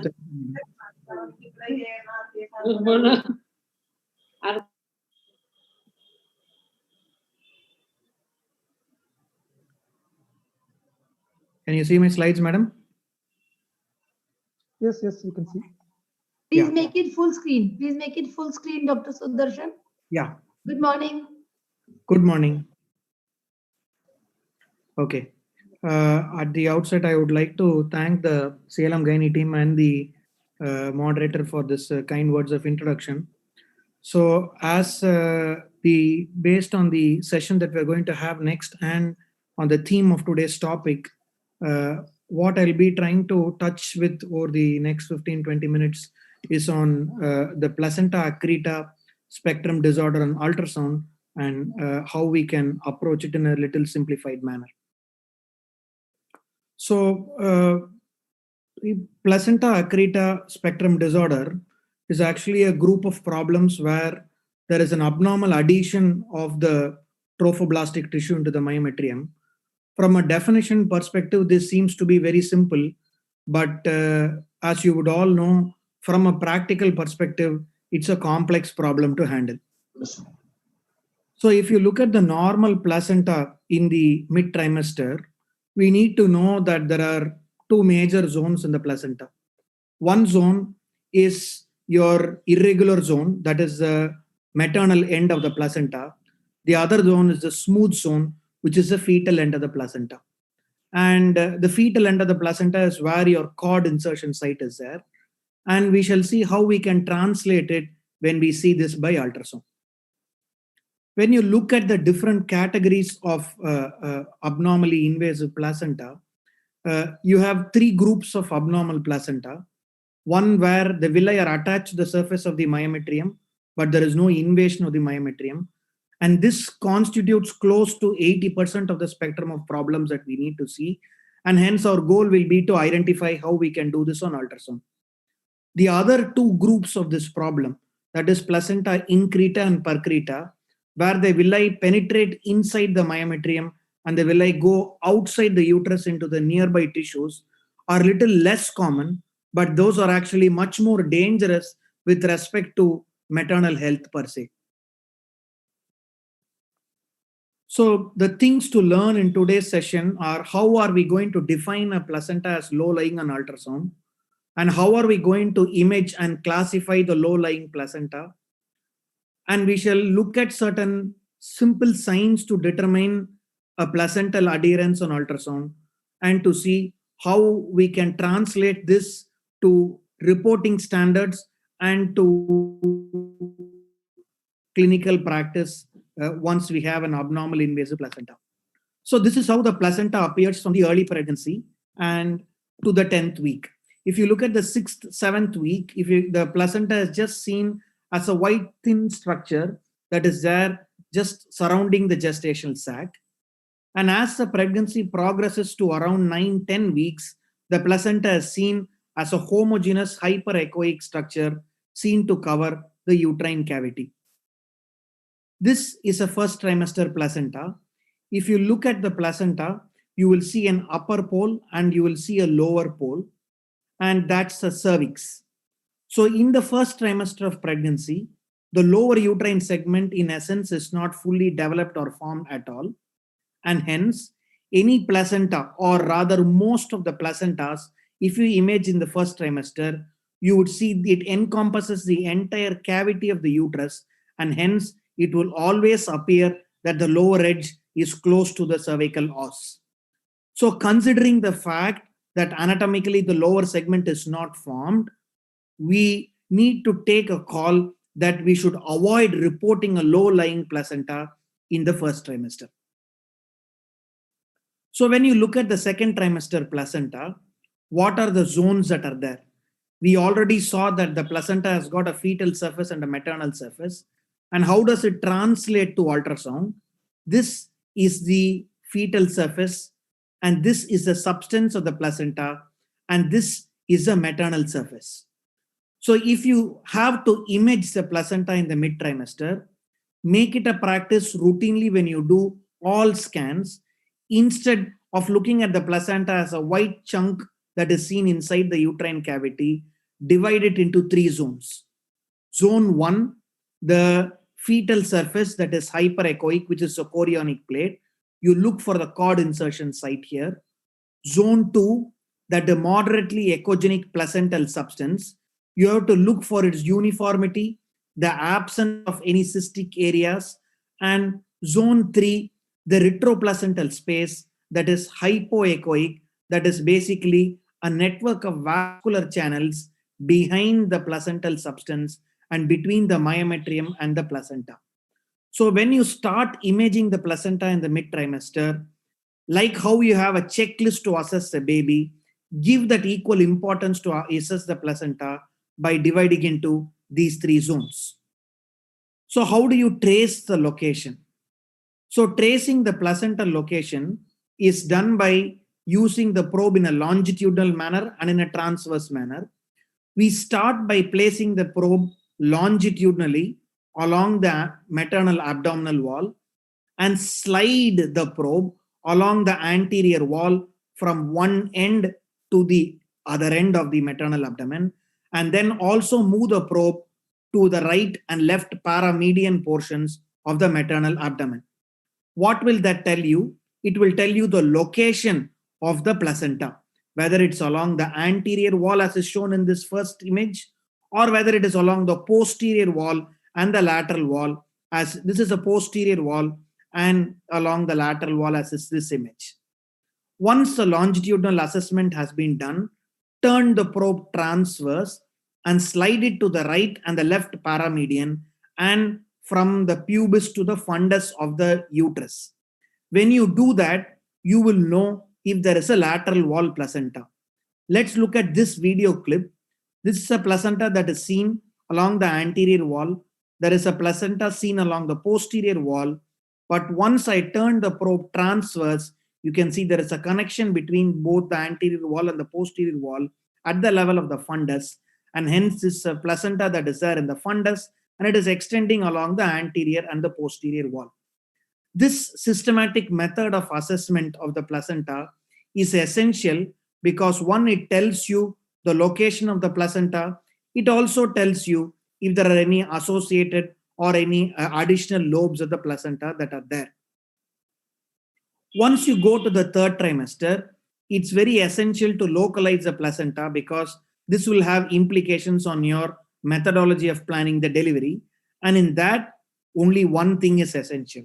Just put the probe at the lower end of the uterus, have a small amount of the maternal bladder that is filled, and you just locate the head of the baby.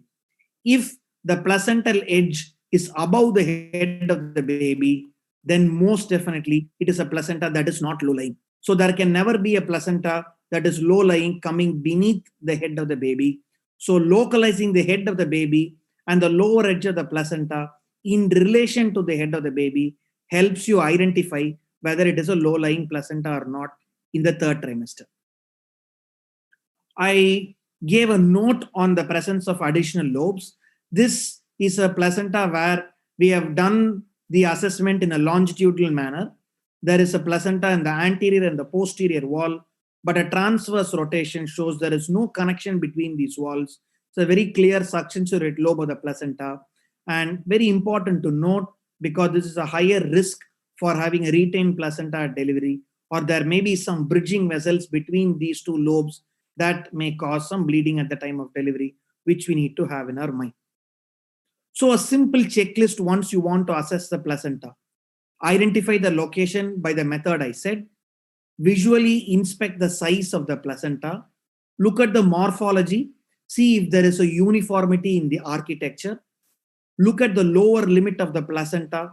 Look for any accessory lobes And in multiple pregnancy, look for chorionicity. It is beyond the scope of today's discussion. And have a standard methodology of reporting, which I will deal with at the end of this session. So we will then move on to a placenta that is abnormally located. A low-lying placenta is one where the lower edge is within 2 centimeters of the internal os. And when you suspect it transabdominally, always go ahead and do a transvaginal scan, because a transvaginal scan provides you a better accuracy and it reclassifies suspected low-lying placentas done by transabdominal method in close to 25 to 50% of scenarios. And once you have done this and you're suspecting a placenta that is low-lying, say it is within 2 centimeters of the internal os, all these women need a follow-up imaging in the 3rd trimester. And that is because there is a phenomenon called a placental migration. It is a relative term. What does that mean? When there is an increase in the size of the uterus, differential to the size of the placenta in the 3rd trimester, the lower edge of the placenta tends to move well away from the internal os. And this happens in close to 60% to 70% of pregnancies where there is a suspected low-lying placenta in the 2nd trimester. So this is a placenta that is within 2 centimeters of the internal os in the target scan. In the 3rd trimester, you can see the head of the baby is hitched against the lower segment and the lower limit of the placenta is close to 4 centimeters from the internal os. So this is not a low-lying placenta once we have seen in the 3rd trimester. So there are terminologies which were used in the past as to a placenta previa minor or a placenta previa major with respect to the lower edge just covering the internal os or the lower edge where it is completely covering the os. These terminologies have been completely replaced because these terminologies do not have any specific clinical significance with respect to pregnancy management.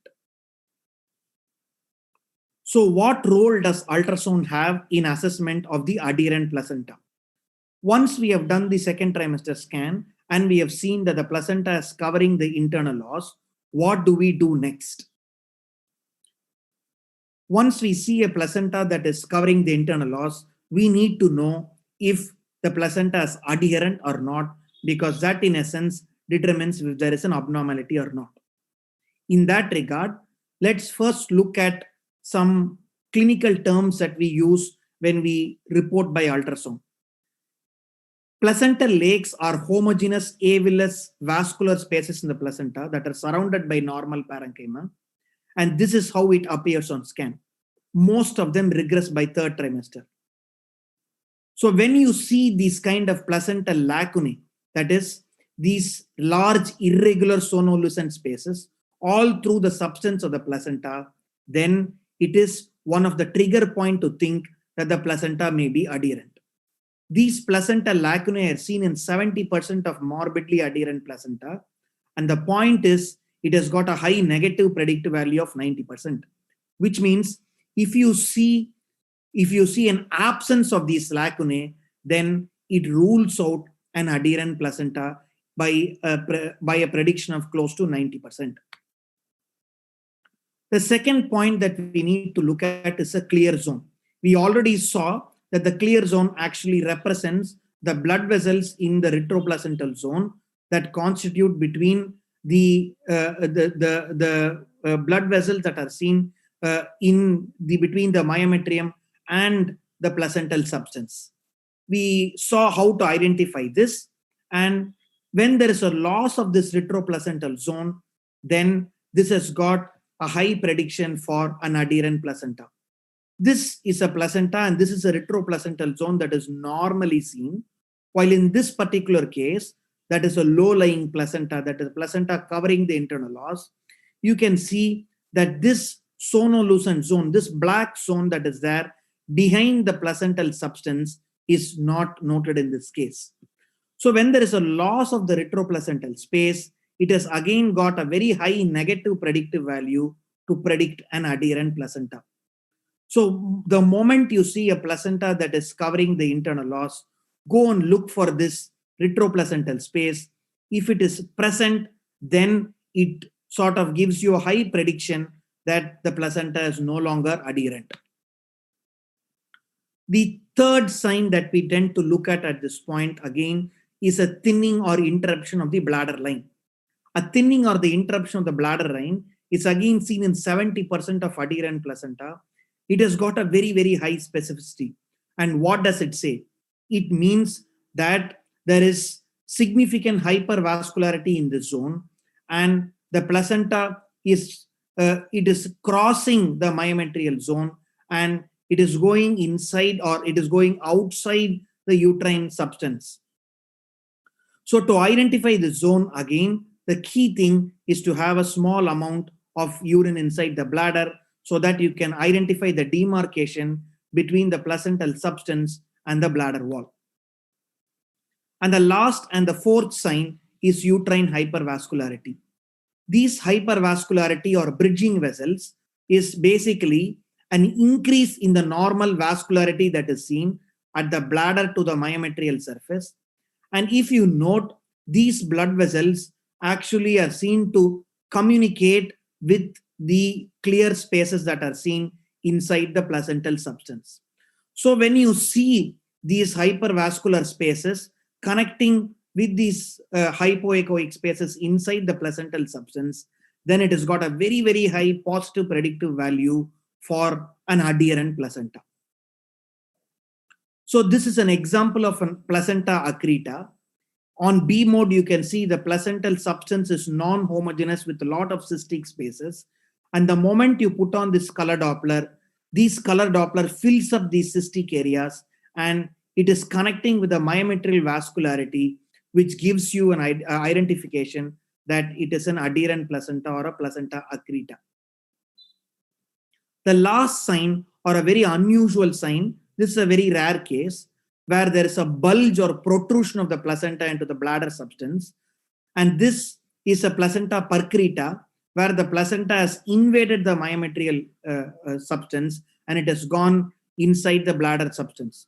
So to again identify this, you need to have a small amount of bladder filled up and do a transvaginal scan. And this gives you an idea that there is a placenta that has crossed the myometrial surface. So to identify the invasive placenta using ultrasound, the key signs that have got highest specificity and sensitivity is the abnormal vasculature on color Doppler and an absence of this serosal bladder interface. In addition, if you have absence of the retroplacental hypoechoic space and the presence of multiple lacunae, it adds to your predictive value. There are some technical issues involved in this, and these are very, very important because these will help you identify the presence or absence of this problem.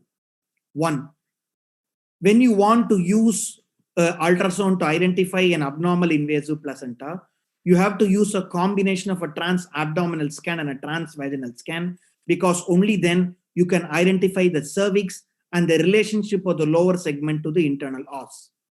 Two, bladder filling. A small amount of filling up of the bladder is essential to identify the lower uterine segment. Without a bladder that is being filled, signs like a bladder wall interruption or a placental bulge cannot be identified. Third, probe pressure. When you give excessive probe pressure, you may falsely result in a loss of the retroplacental vascular zone, and hence, when you do a transabdominal scan, use gentle probe pressure, and we have a suspicion of an absence of the retroplacental zone, do a transvaginal scan. And four, use of color flow mapping. Color flow mapping is a very subjective sign, and color Doppler imaging is not part of the routine examination. So for that, you need to be able to adjust the gain and the PRF to obtain an optimal imaging of any adherent placenta that is there. So with this background, how do you screen for a placental abnormality when you see a mid-trimester scan? Always have a good clinical history, which is why I call it as a clinical screening. When there is a history of a prior cesarean delivery or a multiple uterine manipulation, and you do an ultrasound and the lower edge is within 2 centimeters of the internal os, or it is covering the internal os, it puts this pregnancy at a high risk. So someone with an expertise to rule out a placenta accreta spectrum must image this. And once you do this, we can screen for a placenta accreta spectrum using the 4 signs that I detailed above.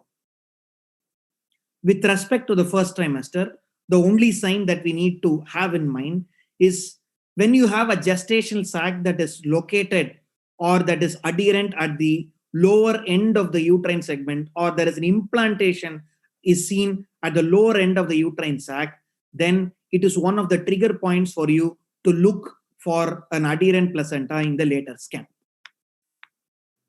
So this is an example. This was a second gravida. First pregnancy was a cesarean section. She was referred to rule out a scar ectopic at 9th week. The sac was present at the lower end of the segment of the uterus in the first trimester or an early pregnancy. And in the first trimester, the placenta appeared non-homogeneous with multiple cystic zones. And at 24-25 weeks, we had a placenta accreta stage that was 2. This pregnancy ended up having a significant antepartum hemorrhage at 28 weeks, having a cesarean hysterectomy with the baby expiring and the mother barely surviving.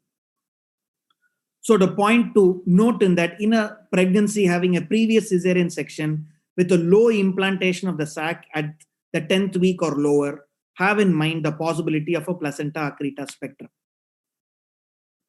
To complete this talk, I will end up with this newer classification of placenta accreta spectrum disorder, and will end up with a couple of cases to to make the reporting method uniform. So the classification of placenta accreta spectrum disorder is divided into 3 or 4. PAS stage 0 is what we see as a placenta that is covering the internal os, but there are none of the signs of invasion as we detailed above with respect to the clear zone, the placental lacunae, and the vascular spaces. This is a placenta that is covering the internal os, but there is a retroplacental clear zone that is very clearly seen. There are no lacunar spaces and there is no vascularity shown. So this is a PAS stage 0.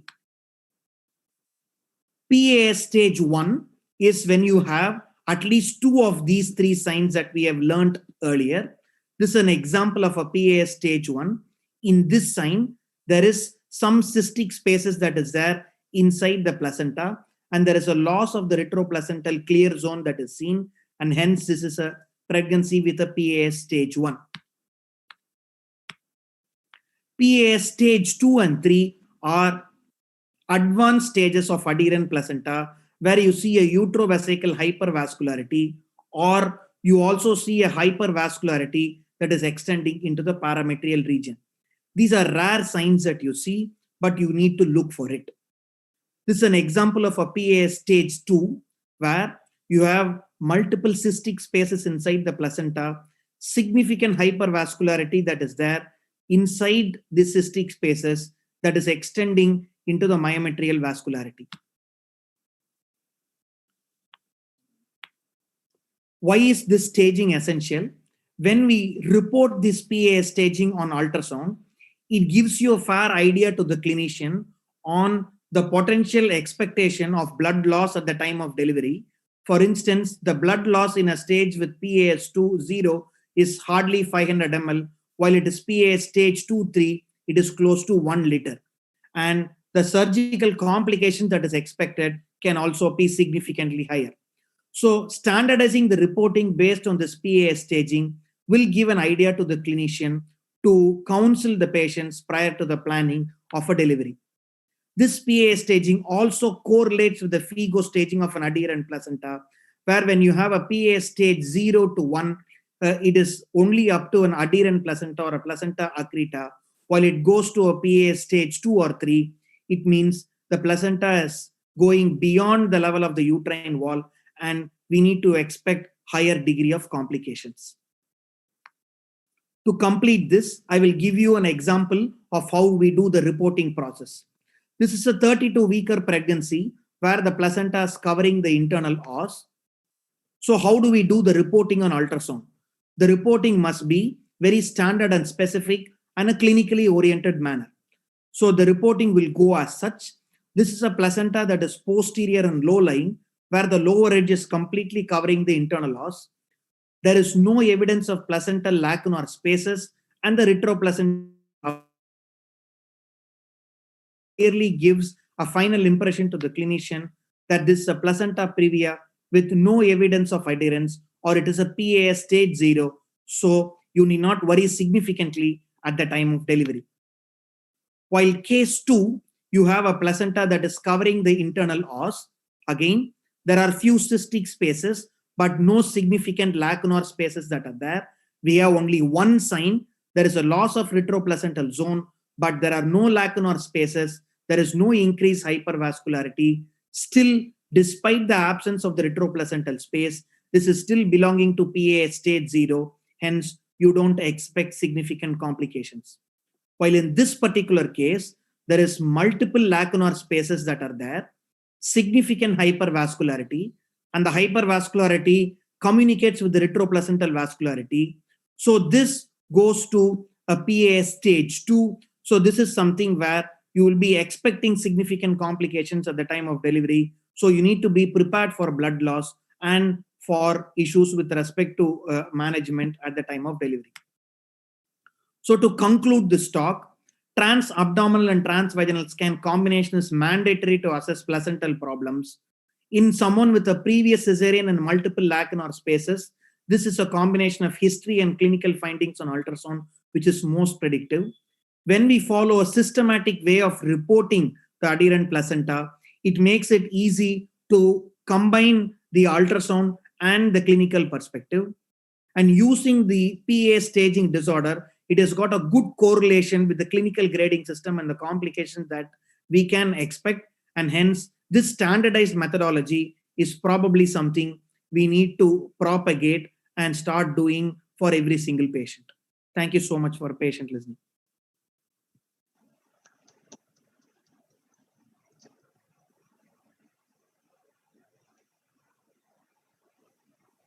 Thank you very much, Dr. Sudarshan. You have clearly brought out the importance of standardizing the way of imaging as well as the reporting, and that is extremely important. I think there was some question in the chat box about what is the importance of doing 3D, 4D scan for finding out adherent placenta. Maybe we can add, is there a role of MRI? Okay. So is there any role of 3D to rule out adherent placenta? The answer to that is no, because I have not shown you any 3D images to adherent placenta. You simply need a combination of good B-mode ultrasound techniques and a machine that has got a good color Doppler technique. It is not the advances in the machine that counts. It is the advances in the mind of the operator that actually has a point. You need to be able to identify these signs. Second, with respect to MRI, okay, when we look at identifying adherent placenta, both we need to see if we need to use a modality that is freely available, and we need to have a modality which is amenable to interpretation by all, and 3, a modality that correlates with the clinical findings again.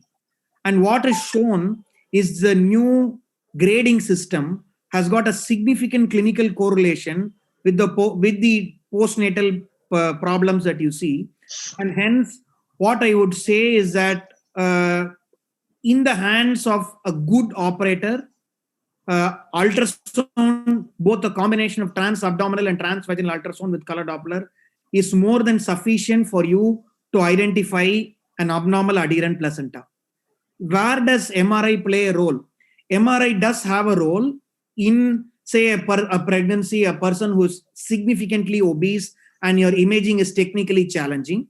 Second, there are also limitations with respect to MRI because it is still a new modality in identifying adherent placenta, and the skill set of an operator in identifying the problems in MRI also needs to be taken into account.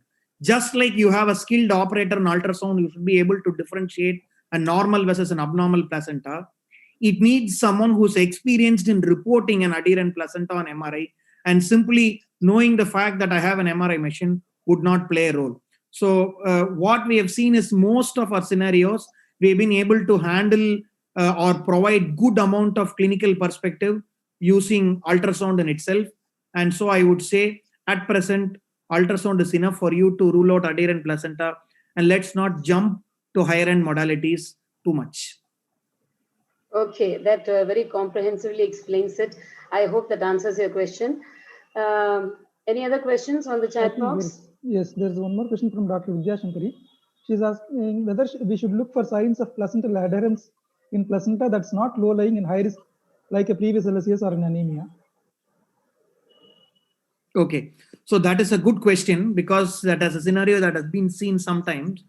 So the answer to that question is was there in the first part of my talk. The first part of my talk dealt with how do you image the placenta.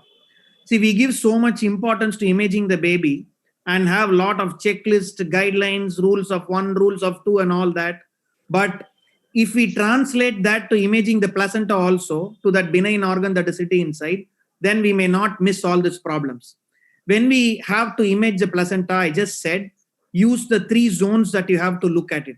You look at the fetal end, you look at the placental substance, and you look at the retroplacental zone. Make it part of the routine practice when you do the scan, that when you assess the placenta, don't simply put the probe and say it's an anterior placenta or a posterior placenta. You look at it and say, it is an anterior placenta where there is a homogeneous placental substance and there is a normal retroplacental space. That only completes the imaging of the placenta, and that is not a difficult thing to do. And if you do that for every single patient, then you don't need to triage it between a high risk and a low risk pregnancy also. I would say every single pregnancy is high risk pregnancy with respect to a placental problem. So when you image any pregnancy, evaluate it with respect to the 3 zone method and you will not go wrong. So even if the placenta is in the upper segment, we still, because there could be other surgeries that have been performed in the uterus earlier. We need to remember that there could be just MTPs which are missed. So those things also might be there. That is, yeah, thank you very much for bringing it out. We do find that many times in the reporting, many of the sonologists do report lacunous spaces. I don't know whether they really understand the significance and report it or not, because the clear zone is not mentioned in many of the scans. You will find that the report says lot of lacunous spaces in the placenta. Yeah. So that becomes actually really difficult for us to interpret what it is. So probably it should raise a red alert from now on. I think we should remember all that. Definitely. Can I make a comment? Yes, ma'am. Sudarshan, that was an excellent talk. Like a true teacher, you brought it out. In some clinical scenario with a previous cesarean scar with a transverse slide, and when a patient complains of pain, is there any way that you can look at the scar thickness and tell us any prognostic value can be ascertained regarding the scar thickness? Okay. To put this into perspective, let me quote one concept. Whenever there is any new sign in medicine or any field that has come up, the relevance or the significance of the sign is shown very well by the reproduction of the sign by multiple publications and multiple authors and large number of case reports that are there. With respect to identification of scar thickness by ultrasound, if you simply go and do a PubMed search, you will see that it falls flat with respect to this concept that I just said, because there are hardly any publications that are there with respect to identification of scar thickness. What does it say? It simply says that identification of scar thickness by ultrasound is not a very, very robust thing, and it is not a very reproducible thing, and which is why it is not being reproduced and published and redone again and again. There have been some publications though which show the methodology of identifying the scar thickness, but the pitfalls and the operator variability is so much is that the same image, if there are 2 operators who try to measure the scar thickness, there can be a variation between 3 millimeter and 6 millimeter, and that differentiates a scar that is thin versus a scar that is thick. So I would say it is a very, very difficult thing to correlate between a scar thickness and the risk of any adverse pregnancy events that may happen. May I add something?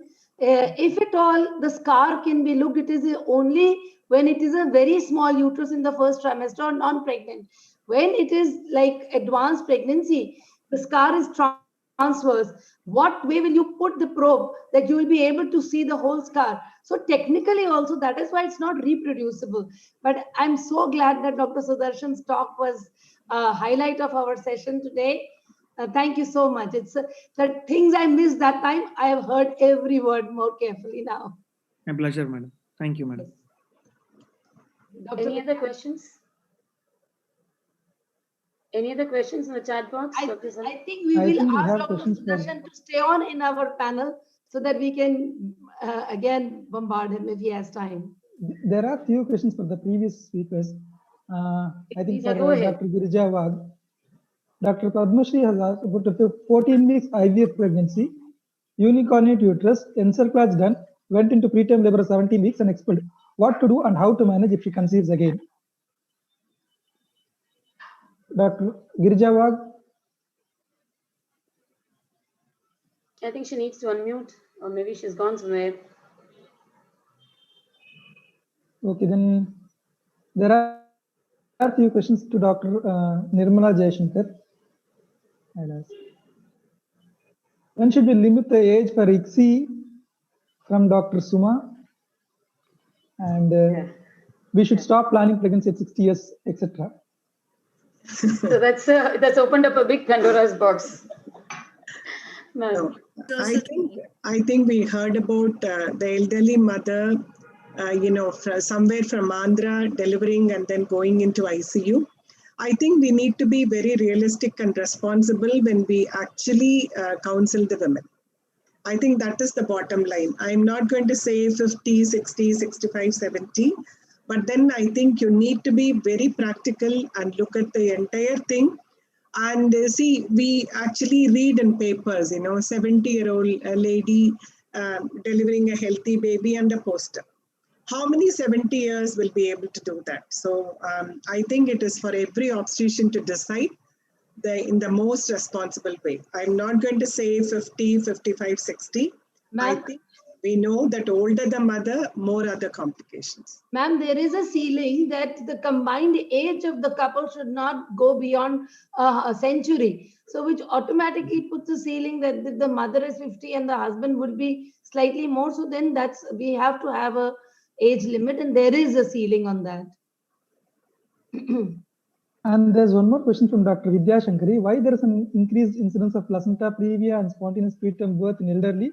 And is there any significance of hypercholesterolemia and the drugs to be avoided in them? Mainly the increased incidence of placenta previa is because of the endometrium and the myometrium. Abnormal placentation is the reason why, as you are increasing in age, you are more prone for either a placenta previa or for an abruption. Regarding the cholesterol level in pregnancy, we know that the cholesterol levels are very high. Pre-pregnancy, we normally, unless there is a cardiovascular risk factor, we do not routinely do the lipid profile. But if the patient comes under a category where she has got pre-existing diabetes or pre-existing hypertension, then it is prudent that you get an endocrine opinion before you counsel her regarding the pregnancy. And also regarding the uniconjugate uterus, the one thing that I would like to say is when you are planning an IVF pregnancy, do not put more than one embryo when there is a uniconjugate uterus, because we know that preterm delivery in uniconjugate uteruses is very high. Maybe a single embryo transfer is what is ideal. And if you're the McDonald suture is not being very successful, I think you should try and do a proper Shirodkar. Madam, one simple question. When do we make them do an echocardiogram? In the first trimester or in the third trimester? See, I think even the government of India, because of the high incidence of cardiomyopathy, we had a couple of patients who are doing very badly postnatally. Nowadays, even in all the health centers, they do one echocardiogram at 20 weeks, because that is the time of the maximum cardiac output. So when you do your anomaly scan at 20 weeks, when you do many things at 20 weeks, that's the reason when they do an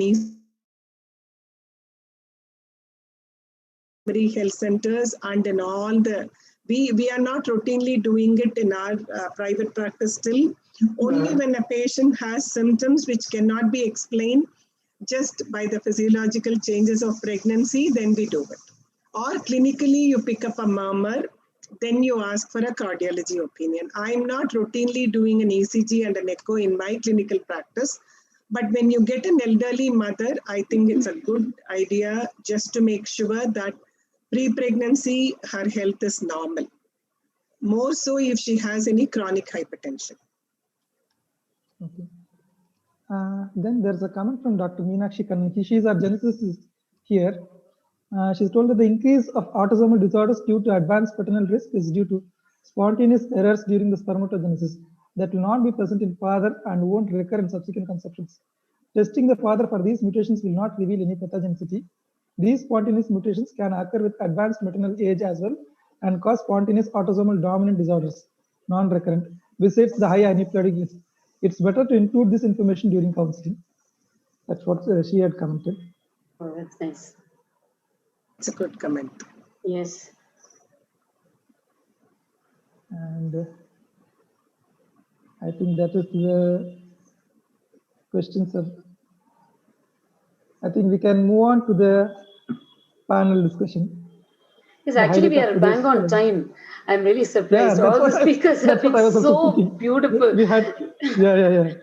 Actually, we thought we might exceed the time, but right now it is 12:30, and absolutely we are bang on time for the panel, which is much awaited. Dr. Mitra Saxena, ma'am, you have two co-moderators with you. I would like you to take over the session from here on, and please introduce them to us and your panelists. The stage is all yours. Okay. A very good afternoon to all of you. At the outset, many thanks to Dr. Vidya for inviting me over. And Dr. Surekha, can you please make the slide full? Trying to. So before I start the panel, I will just say one sentence. Thanks to Salam Society and many others in my South India societies of OB-GYN for having voted for me and selecting me to represent them as the chairperson of Practical Obstetrics Committee. And friends, it's an immense pleasure for me that I started my journey in electioneering with this very topic, because I personally am in a small city. So I always thought that safe obstetrics means anticipating, preventing, and managing. So in my journey, I found a very good friend, Dr. Surekha Taide, and my friend, Dr. Savita Rani Singhal, who is also a professor in Medical College Rohtak, my alma mater, who had jointly moderated this session with me. So I have taken the liberty from Salam Society to invite Dr. Savita, who is a professor who will be present here and give her expert comments. And friends, the change is that from anticipate, prevent, and manage, Dr. Surekha has given me this 3P, predict, prevent, and prepare, and it sounds more stylish. So anyhow, all of us, we are dealing with this epidemic now. Next slide, Surekha. And Dr. Sudarshan has already actually highlighted the ultrasonic picture and also the technical part of this spectrum, which could be abnormal adherence, invasion, partial or full into the myometrium increta and all the way along, so per creta. And it could be involving all the lobes, partial or focal. So now today's panel, Surekha, can I have my eminent panelists? Madam, I want to introduce the moderators also. I will do it. Don't worry, Dr. Sarvana.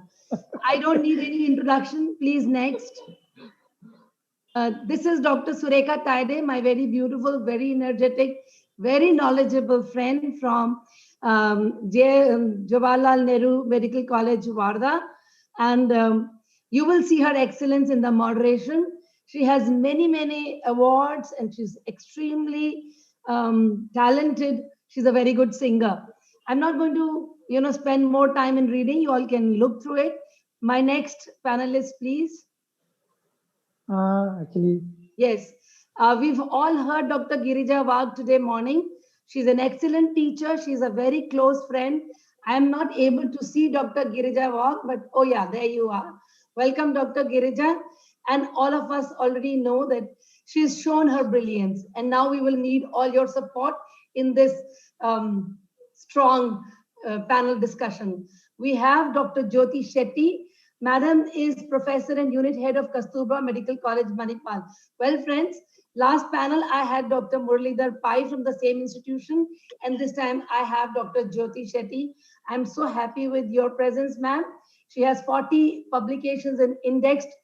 Please, I want to read Dr. Jyoti's, in indexed national and international journals. And she has been awarded awards for excellence in teaching, and she has received the Foxy Imaging Science Award. And also best poster presentation, and very nice to know that madam's interest is high-risk obstetrics. We will need all her inputs in today's panel. Next panelist for today, Dr. Nirmala Jayashankar. So happy to have heard your lecture. I needn't actually read everything because the way you put your talk was enough to tell us that you will do great job for solving the day-to-day dilemmas, which we have compiled so that we have good learning points. And madam is extremely well qualified, well-traveled, and she was the president of Mitra, you can skip this. Madam already has been introduced. And next three, Dr. Surekha is going to introduce in her style, inimitable style. Thank you so much, Dr. Mitra. And I am really happy and honored to be with Salem Society and such a knowledgeable team here. And Dr. Sumati Senthil Kumar is, yes, our panel from Salem itself, and everybody knows her. Yes, I interacted with her yesterday, and we can see that she is well traveled too. She has done her MRCOG, and the society knows her very well. And today we welcome you, ma'am, on this platform where we will need your inputs to solve the dilemmas and all the challenges related to the PAS. And of course, we also have the young, talented Dr. Jaymala, who has also traveled a lot, and she's been to Ireland for 10 years, and then she has returned back to India in 2010, and since last 10 years she's been in Salem at the Rainbow Hospital. So we have two of the very knowledgeable people and accomplished people from Salem itself, so that gives us an edge over the global with a local context. So that is what we really need. So what about the global guidelines? Are they applicable to the local context? That is what we would like to know from our panelists. So over to you, Dr. Mitra. Another thing is I was not able to include the slide of my... Yeah, I will share the slide. Dr. Madam, Savita. Madam, can you stop sharing your... Can you stop sharing your slide? 1 second only. Dr. Surekha can stop sharing the slide. I will be putting the other slide.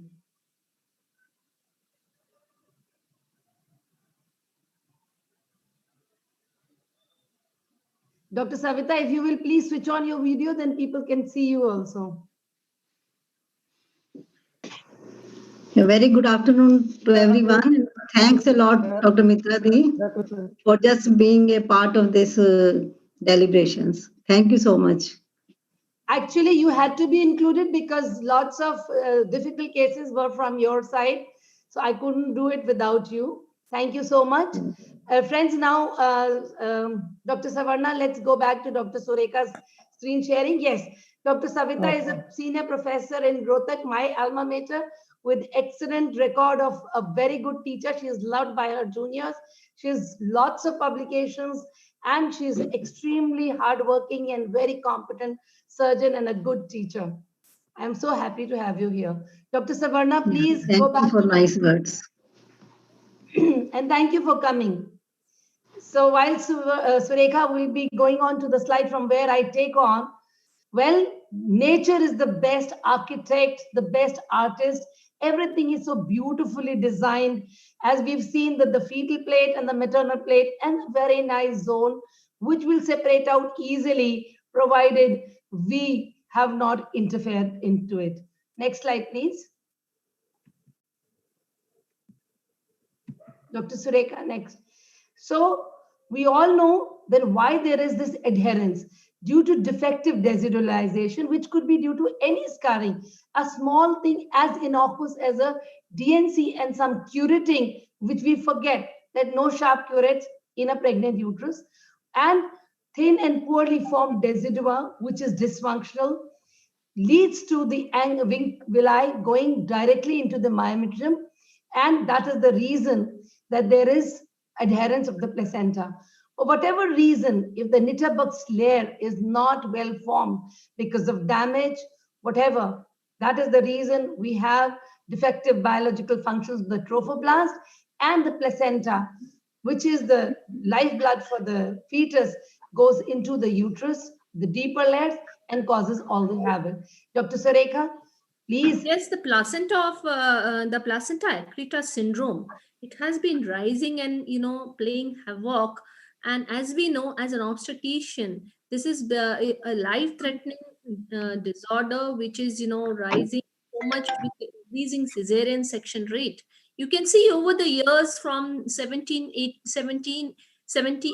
to the present time, how much the incidence has risen from 1 in 2,500 to 1 in nearly 200 deliveries now. That is really alarming. And again, we can correlate all that to the rising cesarean section rate. Just a few days back, that there was a release from NHFS about the rising cesarean section rate in our own country with the various data provided from the various states. And we can see as high as 80% cesarean section rate in some of the hospitals in our country. And that is really alarming for us, because with rising cesarean section rate, complications like placenta accreta syndrome and the placenta accreta spectrum has risen. And as we can see, if there is an associated placenta previa, the association becomes as high as 60%. As Dr. Sudarshan has already highlighted, if there is a previa, then let us think of the accreta as high as 80% of association of placenta accreta with the placenta previa. And that's why we need to have this. Today's discussion is so very important for everybody of us, that the combination becomes really life-threatening. And yes, you can see the prevalence here of accreta is nearly 63%, in creta 15%, and parcreta very high. The incidence you can see, and the pooled prevalence has gone up since the 1950s, primarily to the increasing cesarean section. Yes, we will go on to the first case, Dr. Mitra. So before we actually start taking the case management, I would like Dr. Jaimala to recount that what are the risk factors. So a patient who comes with bad obstetric history, with a myomectomy reported in the OPD, and the present conception is with IVF, I'm sure with her experience, she will tell us that when we are trying to work this patient, what are the risk factors that will come in her mind. Dr. Jaimala. Yes, ma'am. The risk factors, like as Dr. Nirmala Jayashankar just said, advanced maternal age is a risk factor, and any uterine surgeries like previous cesarean, DNC, myomectomy, as in this case, is a risk factor for placenta accreta, and any placenta previa, as just Dr. Surekha mentioned, and racial differences also makes a woman susceptible for placenta previa and accreta. Like anybody, Asian and African women are more prone than the Caucasian women, and smoking, cocaine, any substance abuse, these are the risk factors that increase the chance of having a placenta previa and accreta. So what is very important also, that whenever there is a frozen embryo transfer, also there is an increased chance of adherence of placenta. Thank you so much. And the idea of including this session, this question was that from the very start of the pregnancy, let's always be alert about this entity, which is now actual in epidemic. I'll address, next slide, please, Surekha. So, the previous one, the shocking black one. Yes. So What we want, both of us, for everybody who is hearing us, is always think of adherent placenta, whatever it is, and never, never ignore a cesarean section. Next, please. So now I am going to ask the stalwart, Dr. Girija Wagh. So here are you in the labor room.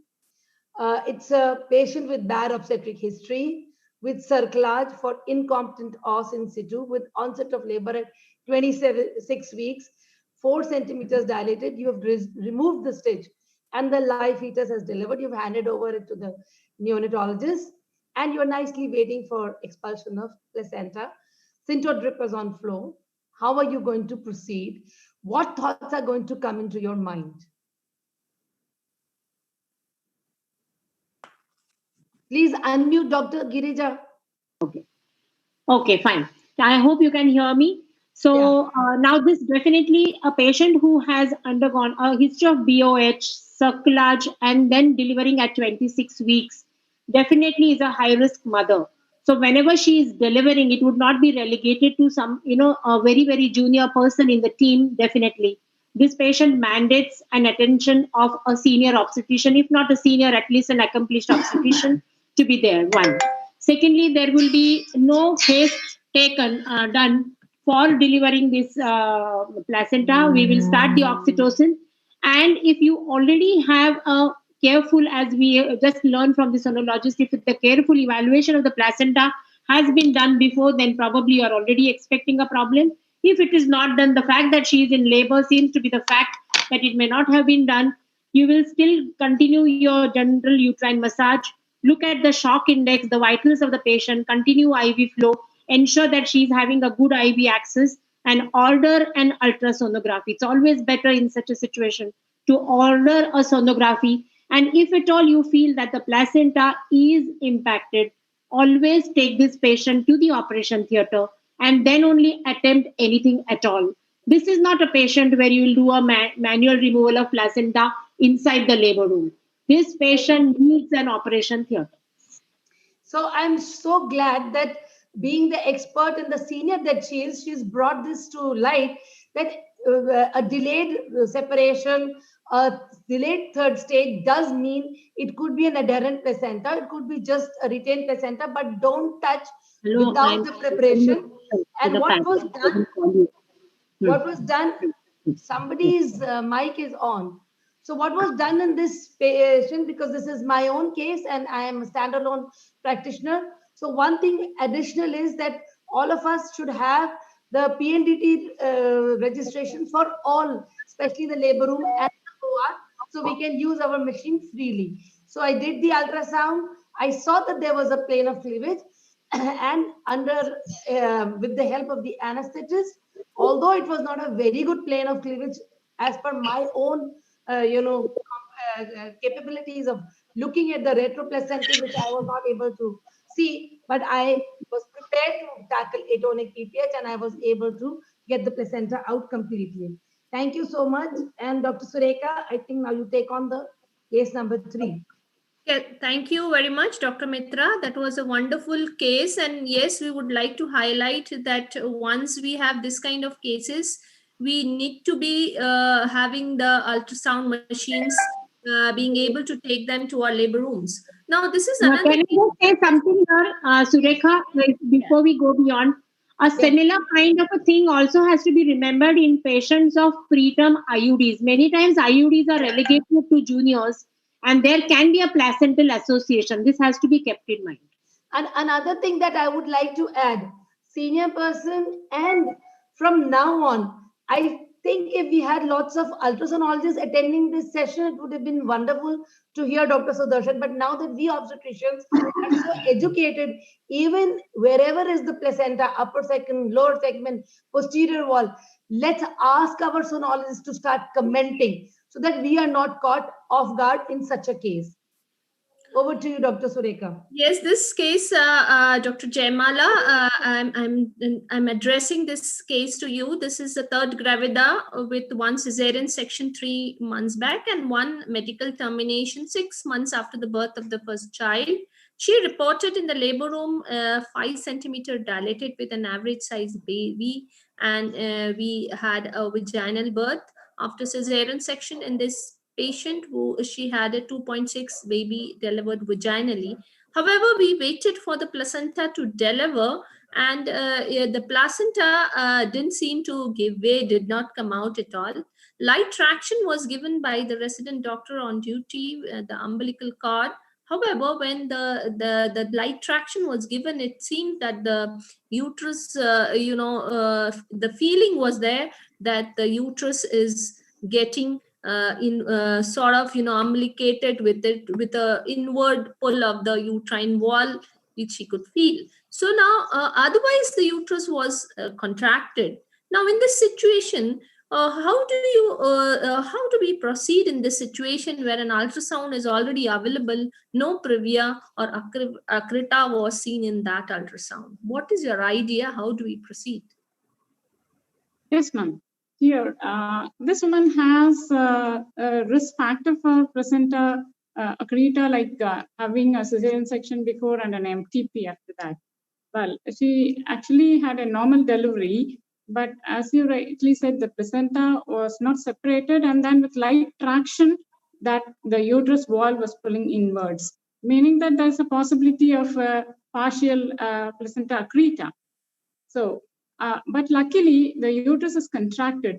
So probably if there is no bleeding and if the patient is stable, as we discussed in the last case, that we could do an ultrasound to look for if there is any signs of acrita, look for the cleavage plane or anything. Like if it's not there and the uterus is well contracted, and if the patient is stable, we can very well proceed for a conservative management.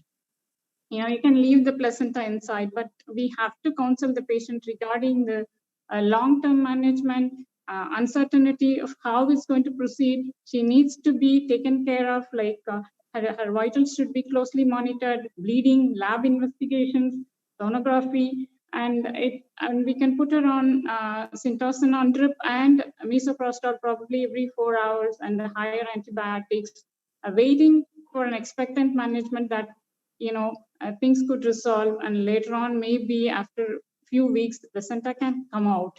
Like actually, I had a case similar to this, maybe that was 8 years ago, where we did the same way. We were looking for ultrasound to look for vascularity around the placenta, and we literally waited.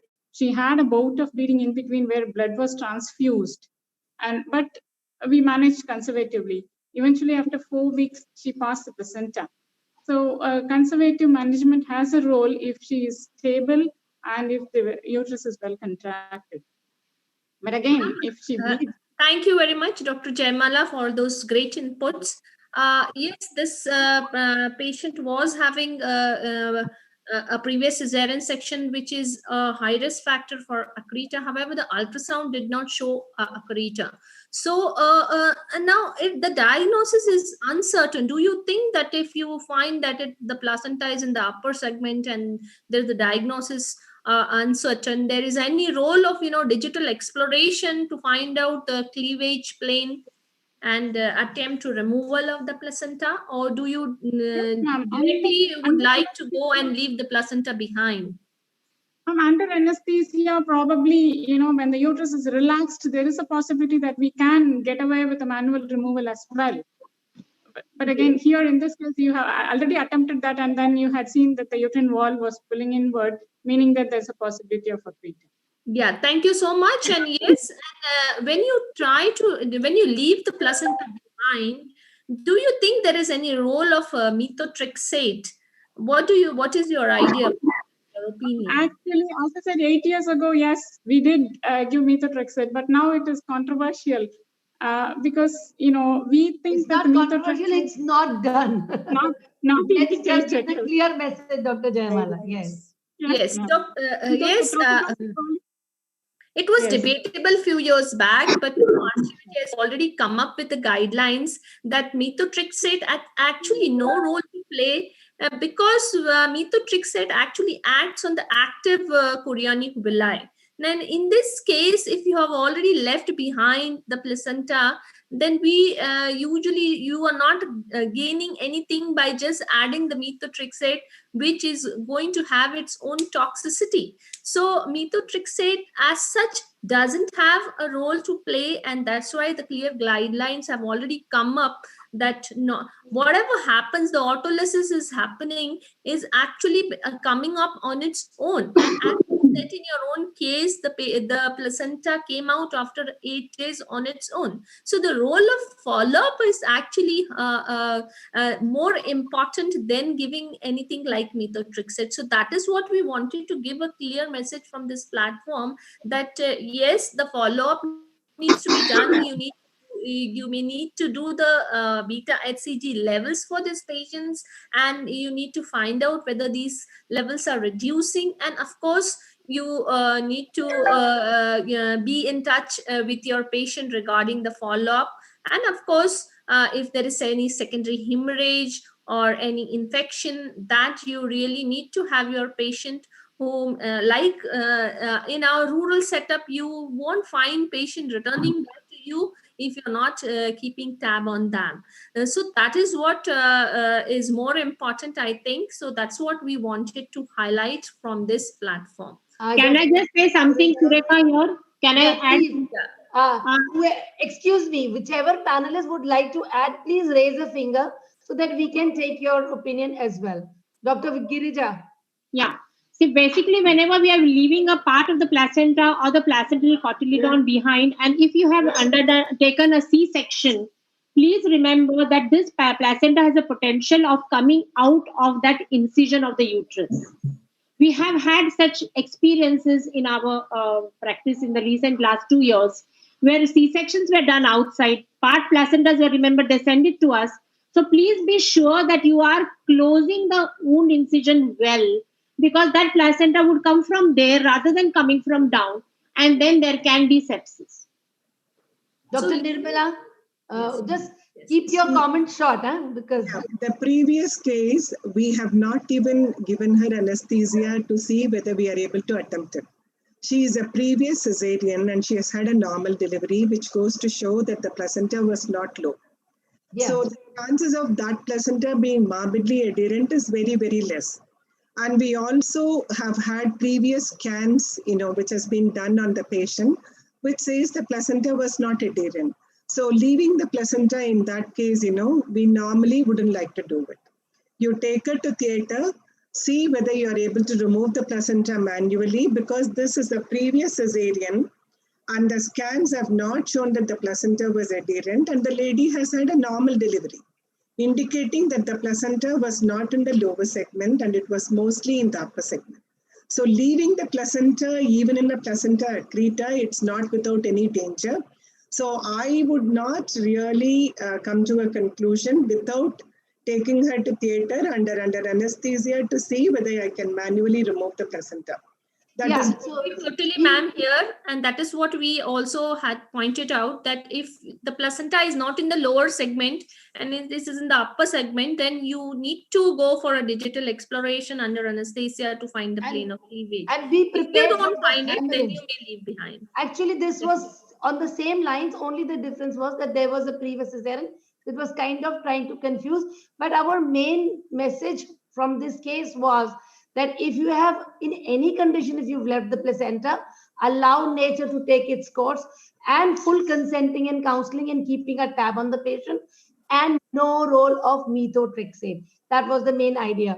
So over to you, Surekha, and Dr. Savita, wherever you want to add your comments, please raise a finger so that I can include you. In this case, Dr. Mitra, in this case, I want to just stress on, once placenta is upper segment, it is very, very unlikely that whole of the placenta will be adherent.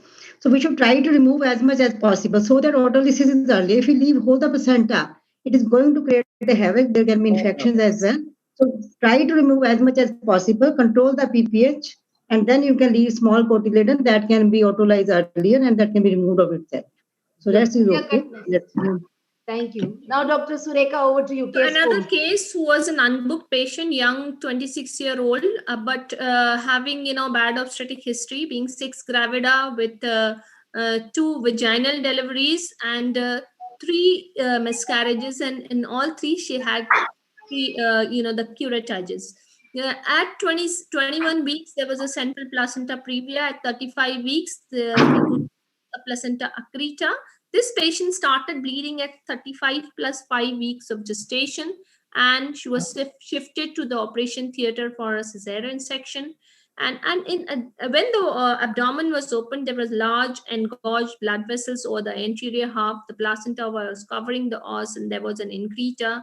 A cesarean hysterectomy was done with large amount of blood and component transfusion. However, the patient could be discharged well within the time frame.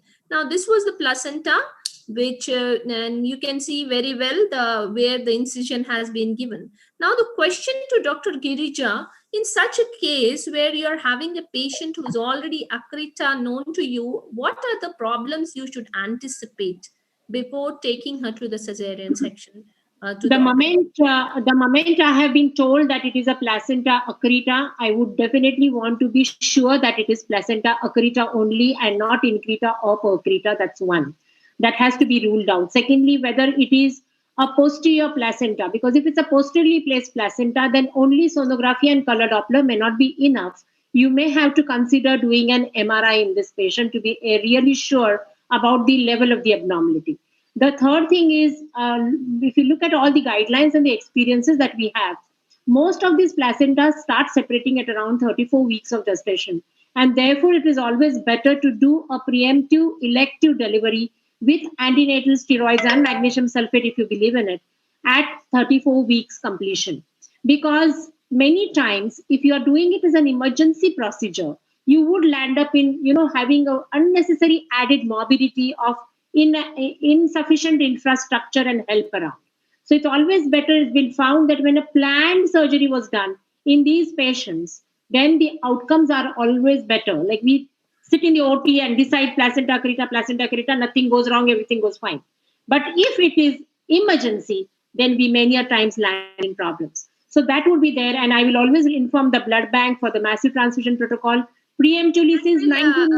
we'll take forward in the next session. My question to you, Dr. Girija, was about the anticipation in this case, regarding the life. From 19 weeks since I know, I would be sure that her anemia is always corrected and she is never anemic. She is informed. She is told that there is a possibility of counseling of the patient at every step is important. She has to come for regular surveillances to you. You have to be informed about her whereabouts and inform the neonatologist, the high intent, all the teamworks that are necessary from the surgeons, the urologists. Recently, I did an increta with a urology team because you require to have these on board in case you require anything on team. We do have questions on that for you in the later half of the panel, Dr. Girija. However, I agree to disagree with you on one point only, that is the need of MRI. When a patient is bleeding, she's already in a bleeding state. No. You got me wrong. I am saying when preparation, when you already know that she is a placenta accreta, and if it is a posteriorly placed map, then always confirmed with an MRI.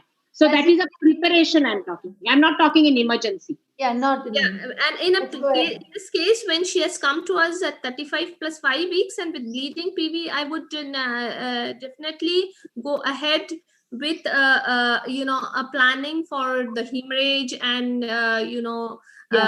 all the complications we can anticipate, and accordingly we can prepare our team. Thank you so much for those wonderful inputs, and yes, definitely we would like to know from you about the other complication and your experience about handling the case of placenta accreta with a urological team. So we move on to Dr. Jyoti, and we would definitely like to know this ultrasound versus MRI. What kind of, what would you do, whether you would prefer one or the other? So, Dr. Jyoti, what diagnostic modality would you like to go for?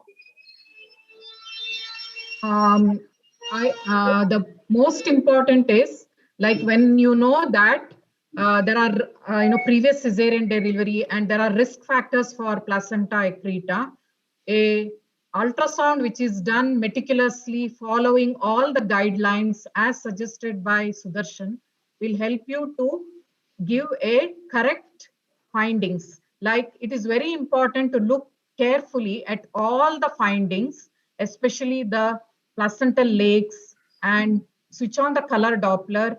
And if it is hypovascular and it is connecting with the sonolucent with them and showing invasion into the myometrium and loss of the bladder integrity, all these findings will help you, especially when there is lot of lakes which takes placental. When you switch on the color Doppler on power Doppler, if you see that there is lot of vascularity, it is 100% sure that you are dealing with the patient of placenta accreta. This has to be done meticulously planned, and it should be like only in few cases you get a doubt. Actually, it is very easy to pick up all this because we are all doing ultrasound, and the moment you see lakes, you have lacunae or lakes, you just have to switch on the color Doppler, and if it is taking a lot of vascularity, it is suggestive of placenta. It is the diagnosis of placenta accreta becomes certain. Next, you can ask for you should rotate it, and whenever there are clinical risk factors, the ultrasound gives you the maximum information, and now you have to go ahead with only few patients you require the help of MRI. One of them is like if you have a posterior placenta, you may require the help of MRI. Obese patient, you may require the help of MRI. The third indication will be when you suspect parametrial invasion on ultrasound. Otherwise, majority of the patients, you can give a very good report with the help of ultrasound, that is meticulously following the rules. You follow the guideline that is given by ISWAG, you can get a very good diagnosis of placenta accreta, increta, and percreta. Whenever there is percreta, especially into the bladder, involve the urologist, and you may have to repair the bladder along with the patient, along with the very much. I agree totally in all the points. Yes, and I would like to suggest that once you get the diagnosis of placenta accreta from the sonologist, it's very good, protocol to talk to the sonologist yourself. If you talk to the sonologist, probably you will be getting more idea about the depth of invasion and what he thinks. So instead of reading out, you can discuss those findings. If you discuss those findings with your sonologist, I think it is a very good approach. In fact, Dr. Surekha, I would like to point out that this is the only way forward, because the sonologists who are working in the city or wherever, they have done MD and they are doing the whole thing. But we obstetricians, and we help them educate themselves and get the results. So that's exactly what is happening, that every time we learn something new, we insist that they start seeing, and then they give us back the results. Like so today, Dr. Sudarshan, very important. And let's take the panel ahead. So now this is the case. Dr. Jyoti, please go through it with me.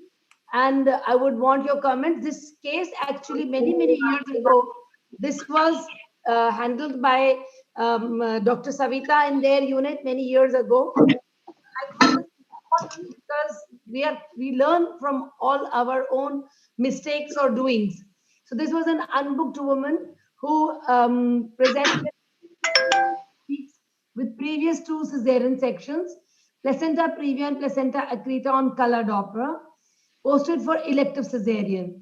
Now, actually, it was recorded. This is many years ago, not so much refinery in defining it. So it was mentioned as accreta, but when they opened, it was placenta percreta with many dilated vessels of the lower segment and lateral wall of uterus and invasion, etc., etc.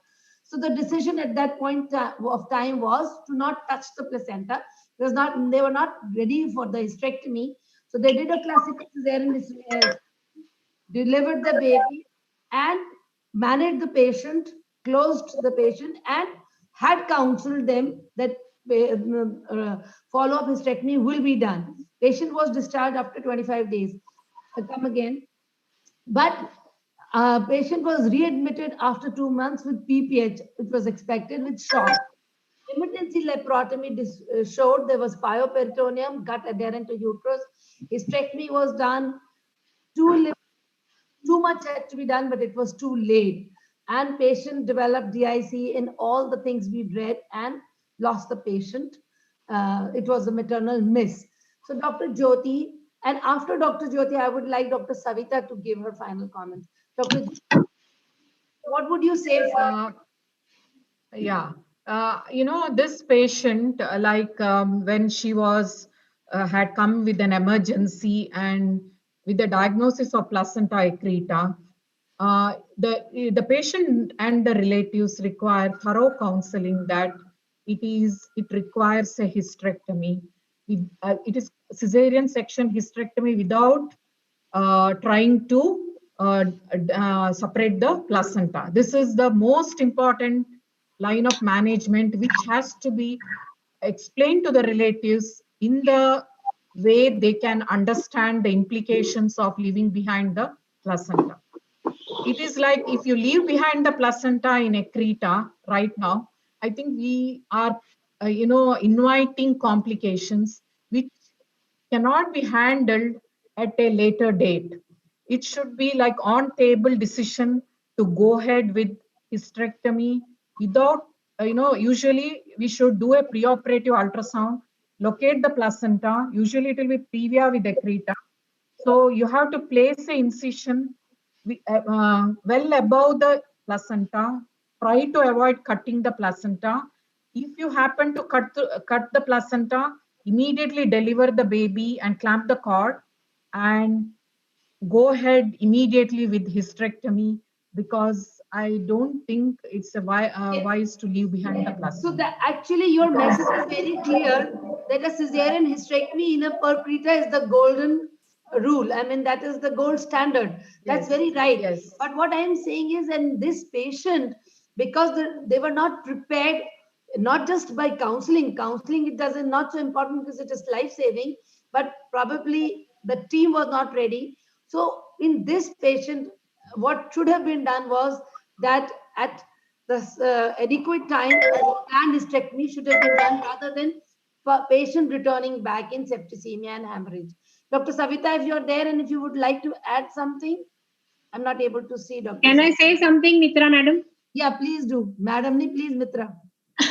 So now what we can do is in this situation, there's a concept which is called as a deferred hysterectomy. Yeah. So you just deliver the baby, and maybe after 7 to 10 days, because that's found as an optimum study, there's a whole lot of evidence from a Japanese study. And also we are doing it in the Pune study also in our KMA hospital. I've done 2 such cases where you defer the hysterectomy for a while. You just clamp the cord, close everything well, keep the patient under observation. When the entire placenta starts a little, shrinking, then maybe you can reconsider a wonderfully planned hysterectomy after a week or maybe a fortnight. Yeah. So exactly that was a lesson learned, that sometimes you may have to take a decision which is not the accurate one, but then the only thing is that optimize the patient and plan for the hysterectomy before the patient presents in a complicated way. So actually what was planned, they could not follow it. So sorry, they lost the patient. But Dr. Savita, would you like to add your comment for that patient, which you people lost because of septicemia? Dr. Surekha, please flash. I think that patient was not booked one, I think. She came in emergency. But actually you all had deferred the hysterectomy, but she... This was our first case. It was our first case where we thought of just keeping this patient like this. Actually, you had planned for a hysterectomy at a later date and you had delivered the baby, but patient turned up with PPH. More patient after this we lost like that, but we learned from this that we should not wait for much time because we lost the patient to sepsis. And ideally, Dr. Girja just told that we can keep for the conservative for minimum time, might be for 1 week or 2 weeks, only to wait for the vascularity of that part is decreased, and then we can proceed for the hysterectomy. So we should not delay too long. This is a lesson we learned from that case. And ideally, in most of the cases, if it is not life-threatening, we should try to do the hysterectomy at same sitting. Just do the cesarean by classical, deliver the baby by classical incision, and just be slow down. The placenta is still intact after the cesarean, nothing is going to happen. Do the stepwise devascularization, just tie the uterine and even the ovarian vessels, and then once devascularization is there, then you can proceed for the hysterectomy slowly after arranging the proper back cells, FFP, and everything. If you think it is not possible, then you can go ahead, keep the patient for 1 or 2 weeks to wait for the decrease in the vascularity and proceed further. This is my opinion, and we are following the same. But after that, only one case was there. After that, most of the cases, we are able to do the hysterectomy at the same sitting because we are taking the expert team along with us. Urologist is always, we take the help of the urologist. And urologist is always with us when we do the cases of these placenta accreta, especially the lower segment I'm talking. Lower segment placenta with previous cesarean. Because once there's so much of hemorrhage, most of the time, 90% of cases, bladder is already involved. If you have to be so much of hemorrhage. So urologist should be there, and then we can go ahead with this procedure. Thank you, Dr. Savita. So can I add something? We are going to come to the details. You're going to be speaking. Actually, I just want to finish smaller things, so that the details of the because we are having the surgical steps, the urology, all parts. Don't worry, we're not going to leave this panel. We are going to from very small to the last. The lion is going to come. Don't worry. So we have anticipated the adherent syndrome, adherent placenta, now what we are going to be discussing is important points of how to optimize, when to admit, when to deliver, where to deliver, who all to be there to deliver, and what consents. So under these headings, we are going to be taking our next part of the panel. So Dr. Nirmala, you're so methodical, so good. I am going to fire this question to you. How would you optimize a patient for delivery? Thank you, Dr. Mitra. See, when we are anticipating on a clinical setting of a previous cesarean, and the scan is telling us that there is the placenta accreta, I have had 5 cases which I have dealt with, so I will just tell you my experience. First, So as it was told that if you do not plan, the bleeding can be torrential. So what is very, very important is to minimize the amount of blood loss and to minimize the amount of transfusion. So you call the couple and say that the patient has got a morbidly adherent placenta and you are planning to do a hysterectomy in the same sitting. That is very, very important. Ma'am, I would like you to start from the antenatal period, not at the time of delivery. What things will you be taking care during the pregnancy? So basically, during pregnancy, we are not anticipating much problems because all you have to do is just make sure that her hemoglobin is appropriate. That is the only thing. And if the placenta is really adherent, during the antenatal period, say up to, you will... Would you be speaking the initial with the scan couple? will kind of caution you. Excuse me, let me just tell you so that you are coming. What all things would you like to speak to the couple about? So all the questions that I said, that what are the problems, what can happen, would you try and mentally make them up, build up their knowledge, what all can happen? I actually practice in a corporate hospital. So majority of the patients kind of know. So you make them sit in front of you and tell them what exactly is placenta accreta or the placenta accreta syndrome. And you tell them that you may be planning a delivery between 34 to 35 weeks early delivery. So you get your neonatal team involved. And you tell them that you're not planning to attempt to remove the placenta. That's what I do. And I also do not leave the placenta. I do a cesarean hysterectomy in the same sitting, which is what I've done in the 6 patients which I have dealt with personally. And I will tell you what we normally do. We admit them at around 34 weeks, or maybe a few days earlier. There is enough time for antenatal steroids. There is enough time for your back self. There is enough time for the blood and blood products to be ready. You talk to the ICU consultant and say the patient may be in ICU for a couple of days, and then you also get the neonatologist involved. Very true. So that is very important that you have your team in place and you have all this information to the couple so that they do not, we have to face litigation for many, many reasons. Even sometimes the patient's lives are saved and yet you will find yourself into some kind of a legal problem. So I think Dr. Nirmala has... I just want to add one thing, Dr. Mitra. Yeah, please do. Yeah, just as a part of optimization, if it is a patient is at a single obstetrician place, the patient should be referred in time. They should keep the patient till 34, 36. Once placenta is diagnosed, they should refer to the concerned institute where patient is delivered. Because most of the time, what difficulties we are getting the patient emergency. They come in the middle of the night with bleeding PV. They will say they knew it, but the obstetrician said they will refer at 36 weeks because they will be done at 36 weeks. So they should be referred as soon as the diagnosis of placenta greta is made. So for a standalone obstetrician, there are two strategies. Antenatally, if you can make out, then talk to them, send them to the right place, stay connected with your patient so that you are always there to help them through their journey. And the other consultant is also helped by your presence. And the other scenario, which we have discussed, which we'll be finalizing, is if you're caught unawares. We'll come to that later. So I think everything has been mentioned by Dr. Nirmala so beautifully. Mitra, can I add something here? Please do add something. Because there are patients who come to our hospital facility like Bharati Vidyapeeth. I also practice in corporate. It is very easy there.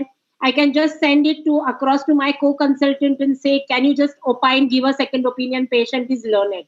But there is a patient who comes to a medical college kind of a setting where she, despite all explanation, goes away.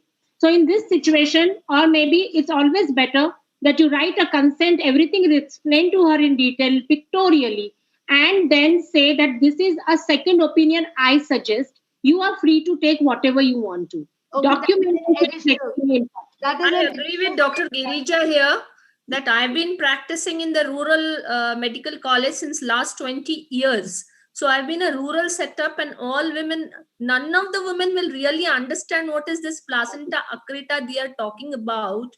And they'll just, sometimes in the community, there is such a lot of, mistruths being spread. Yes, they go to medical college and that is where they do a cesarean section, and then once a cesarean section, they'll just run away and even they won't come up for the ultrasound. So that in those cases, it becomes really difficult, and that is where you have to, take care even of social workers. We have teams, we have teams of social workers who have been dealing with, who are from the same community as the women, and then they will listen to what we are trying to say. And when we talk of doing a cesarean hysterectomy, they are not able to understand why we are doing it. So Dr. Surekha is so important. Dr. Surekha, we will discuss the explaining and the consenting in detail. Dr. Sumati wanted to add something. Ma'am, please do. Because of this problem, as Dr. Surekha told that no patients will go away, we have created in Salem one private doctors group along with JDHS. Any high-risk patients absconding from us or we are referring to GH, they are not going back, we have to put it in the group. They will go and just chase them out and then bring them back to GH and do the needful. So it's very important when you plan for conservative treatment in case of placenta accreta, definitely patients should be followed up with serial ultrasound and beta HCG. Very important. Dr. Sumati, I want you to give us all the details of what you are doing. That's such a wonderful practice in Salem Society. We must publish it in our OBGYN journal of Foxy, this experience of yours. This is happening for the past Take year. forward. Dr. Surekha, please take forward. Dr. Sumati. Yeah, Dr. Sumati. Dr. Vidya will, our president, know. She has all the details about that. And then JDHS group, it is along with the GH setup. So JDHS and our society, we created the group and it is really going on well. We don't miss any patients. Good. We would like to build on your experience here, Dr. Sumati, and like to know what kind of consent you take from these women who are being posted for such kind of cesarean section with a planned hysterectomy, and also the consent when she's not agreeing to what we are saying. So how to deal with the medical legal aspects of all these things which an obstetrician has to face? Yeah, I have dealt at least 5 cases of placenta accreta, and few cases were referred, and few cases, my cases for elective cesarean hysterectomy I did. But the kind of patients come to me because they refer to me, they know that they are at high risk. Whatever I tell, like Dr. Ilma Jaishankar madam told, I make them understand and show the diagrams and show the previous past experiences of the patients who have had placenta accreta, who has refused to go for hysterectomy, and finally like kind of DIC and shock and maternal death, all those things I quote. And it's not to scare them, but we really need to make them understand what it is and what is the problem we face. So all of the patients, most of the time, they accept for that, because life is more precious than anything else. So they definitely understand. Like you said, in rural area, it may be a problem. There will be myths and all those things. But again, we have to... Sorry? We have to make them understand in their own language, put the diagrams and tell, and then we have to make them understand definitely, and keep the consenting form, get it in writing. And before hysterectomy also, sometimes video consenting I used to take, because when I was doing for one that was one cardiomyopathy case, she was in failure. I had to take video consenting that you may die during the surgery. So that video consenting is very, very important, along with the family members. Like that placenta accreta also, if they refuse to say, we have to take the video consenting. When we take the video consenting, they will understand that there is something wrong. We can say, I am offering this for your best interest. If something happens, you may die. You may die. That we have to say, we have to definitely quote. There is nothing, no hiding all those things. Then they will understand, give them time for 2 or 3 days. And here, even if the patient runs away, we have the tracking system for our Salem. Definitely we will put it in the group, and then they will track the patient. VHN will go and take the patient, because PICMI number is there. We have RCH number. With that RCH number, they will track the patient wherever it goes. So it's very, very important to make them clearly understand their own language, and in writing and video consenting. I don't think there will be much problem in doing the cesarean hysterectomy electively. And one more thing I wanted to add is, when you opt for conservative management, conservative treatment in case of placenta accreta should be selected in only few cases, not for all cases. Please go to that, ma'am. Thank you very much.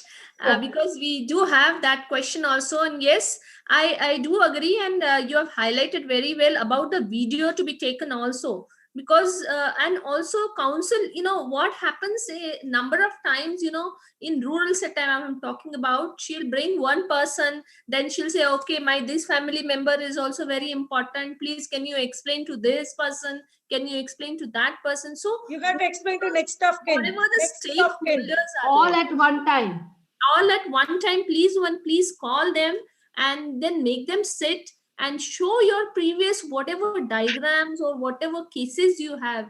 That will actually make them agree to whatever, regarding ureteric injuries, regarding bladder injuries, regarding any other complication, thromboembolic phenomena, need for ICU, the stay, any other procedures which may be required, you have to tell them in advance regarding whatever the risk, giving the scientific basis of what you are going to do. So what the procedure likely will involve, and whether there is an alternative treatment, you may give the option, but definitely the gold standard and Dr. the Surekha, hysterectomy, you have to tell them that you have to do the hysterectomy itself. Dr. Surekha, there is no alternative to placenta per creta and creta, whatever. So we have to go comprehensive. See, scientifically, we have to talk, and basically, in this, we need to prepare them also. But then, of course, there are people who will go and read on Google and come. So there are people also. So even in rural setup, also you are having other side also. So you have to take care of those Google informed also. So definitely we need to talk.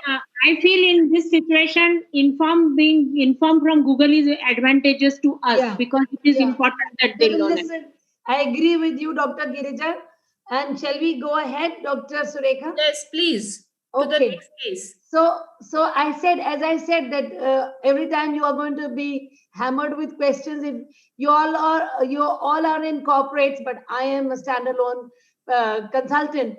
So if I am a standalone private practitioner and I get a patient of previous cesarean and no ultrasound, nothing, and it's an emergency. So what is it? What is it I'm seeing? What should I expect? Dr. Sumati, please take this. If this is the finding on opening the abdomen, on looking at the uterus, what are my options? It's in the middle of the night, and this is before the panel. I was not so educated. Okay, so after seeing, no, it is really scary. Don't tell me hysterectomy. I can't do hysterectomy in this patient. Tell me what other option I have. Yeah, I'll say the both situations. So I'm in a very small setup. I'm a single obstetrician. Exactly. I'm just seeing. So what am I supposed to do? I'm seeing this. There are lots of vessels and placenta. It's bulging lower segment. Definitely placenta accreta percreta should come in mind. There is no other way because it is so furious. So it's so congested. If you touch it, that's it. Patient will die. Because one thing I have learned from my experience is do not cut the placenta, do not pull out the placenta. You won't know, even if you do the uterine artery embolization, what will happen is it may not decrease the bleeding that much, or preoperative catheter umbrella, this thing placement, balloon placement, it is not going to help in most of the cases, because what happens is, I have seen personally, when you cut through the placenta, or when you pull out the placenta, at a time 3 to 5 liters of blood. You've already said the answer first. Don't touch the placenta. That's it. I will not touch. I'm telling the experience what I am saying. I will not touch the placenta. I see whether I can get the help from him. Who is the anesthetist? First, I will alert the anesthetist, because the person who is standing on the head end is very, very important to resuscitate the patient. If that person is not confident enough, call for the anesthetist. I don't need to be in a hurry to touch the patient. Wait for the resources to come. Even 5-10 minutes. Ask them to call and arrange for bloods, all blood products, 6 units of packed cells, FFP, and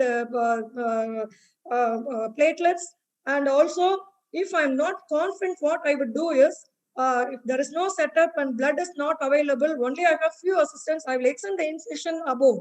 I will make the incision liberal incision of transverse incision, or again we can give the T-shape incision over the abdomen and cut it through, and then go above the placental vasculature, and then you can put the incision in the fundus itself, or even you can do the posterior section also. Deliver the baby out, immediately close the placenta, don't close the defect on uterine incision, and don't do anything, and pack the abdomen and call for the tertiary unit, and then transfer the patient along the blood and blood products. That is the thing I would do in the middle of the night. I will not go and dig and do all the things if I don't have any proper help. But if I am in the proper help, if I have assistance... No. You don't have help. You don't have help, Dr. Sumati. So I will do this. Definitely I will do this. Deliver the baby, close it, pack the abdomen, call for the tertiary unit, ambulance, blood products, and send the patient. What I wanted to tell you, you've answered. What I wanted the answer you've said, because actually, you've been, courageous enough to take out the baby, But there are guidelines in such a condition, very, very desperate conditions, you can, without taking, suppose if there's no fetal distress, what you've said is if there is fetal distress, suppose there isn't any distress and you are confronted and you have no support, you have a guideline saying, which will at least stand by you in court of law, that in such a case, you can close up and accompany the patient. And you have, this is specially for the audience to know, because our patients don't come in a fixed format. We have all permutation combinations. That's why. So we should not panic. We know that the golden rule is, step is to take out the uterus and the baby, but don't touch the placenta. And if you've delivered the baby, you still can, without trying to get into problem, just sue out the patient and take to the other center. Exactly. I think I will give you a big clap, because thank you very much. And we move ahead. Thank you very much, Dr. Sumati, for really clear message here from the panelists. So we go on to the next. And yes, let us go through this patient who was unbooked. Again, a second gravida, previous LSCS, multiple bleeding episodes, already placenta previa was known, but the accreta was not diagnosed in this case, and she came with demise. She had bleeding PV and she was in shock. Her emergency, laparotomy was done, and what we found that she had percreta. A classical hysterectomy and was done. Partial bladder wall resection. She needed large amount of blood and blood products, and she stayed in the ICU also. However, she could be discharged well. Now, from this case, what are the learning points? And we would also like to know from Dr. Nirmala, in such kind of patient where we have this bladder invasion, and what surgical steps would you describe in this patient? There are two scenarios. Yes, Dr. Nirmala, your experience. When I know that, see, in this patient, you didn't know it was a percreta. So it was like a surprise for you. Yeah. Supposing you had known that it is a percreta, I will tell you what I will do. Exactly. Because, see, by the time you decide to do a cesarean hysterectomy, you deliver the baby, there is so much of welling of the blood. Patient, even without touching the placenta, patient loses about a liter of blood. So what is very important when we are dealing with the placenta accreta spectrum is to reduce the blood supply to the baby. In my own setting, what I do is, there are 2 Apollo hospitals where I work in Chennai. I shift them to main Apollo with a cath lab. I get my interventional radiologist and we plan the day before. I will inform my urology colleague also. The patient goes to the cath lab and the ureteric catheter is placed. So I do a midline vertical incision. I do an upper segment cesarean, deliver the baby, leave the placenta, and I close the incision. By then, when I have done that, he will embolize the uterine artery and the blood supply decreases. So once the blood supply decreases, you proceed. And when you are going towards the uterine is when you get these huge vessels in the placenta. So when you are actually separating the placenta, you need to be very careful because you need to bipolar them, separate them, bipolar them, separate them, and you have a urology colleague with you. Another thing what you do is try not to do a total hysterectomy. Just go below the placental edge and clamp it. Your whole idea is, one, you want to minimize the amount of blood loss. You want to quickly do the surgery. So you can even clamp, drop, and then you can ligate all your vessels. And then try when you're separating the placenta is where, between the bladder, posterior wall of the bladder and the uterus, you have these huge vessels. So you get into the right plane.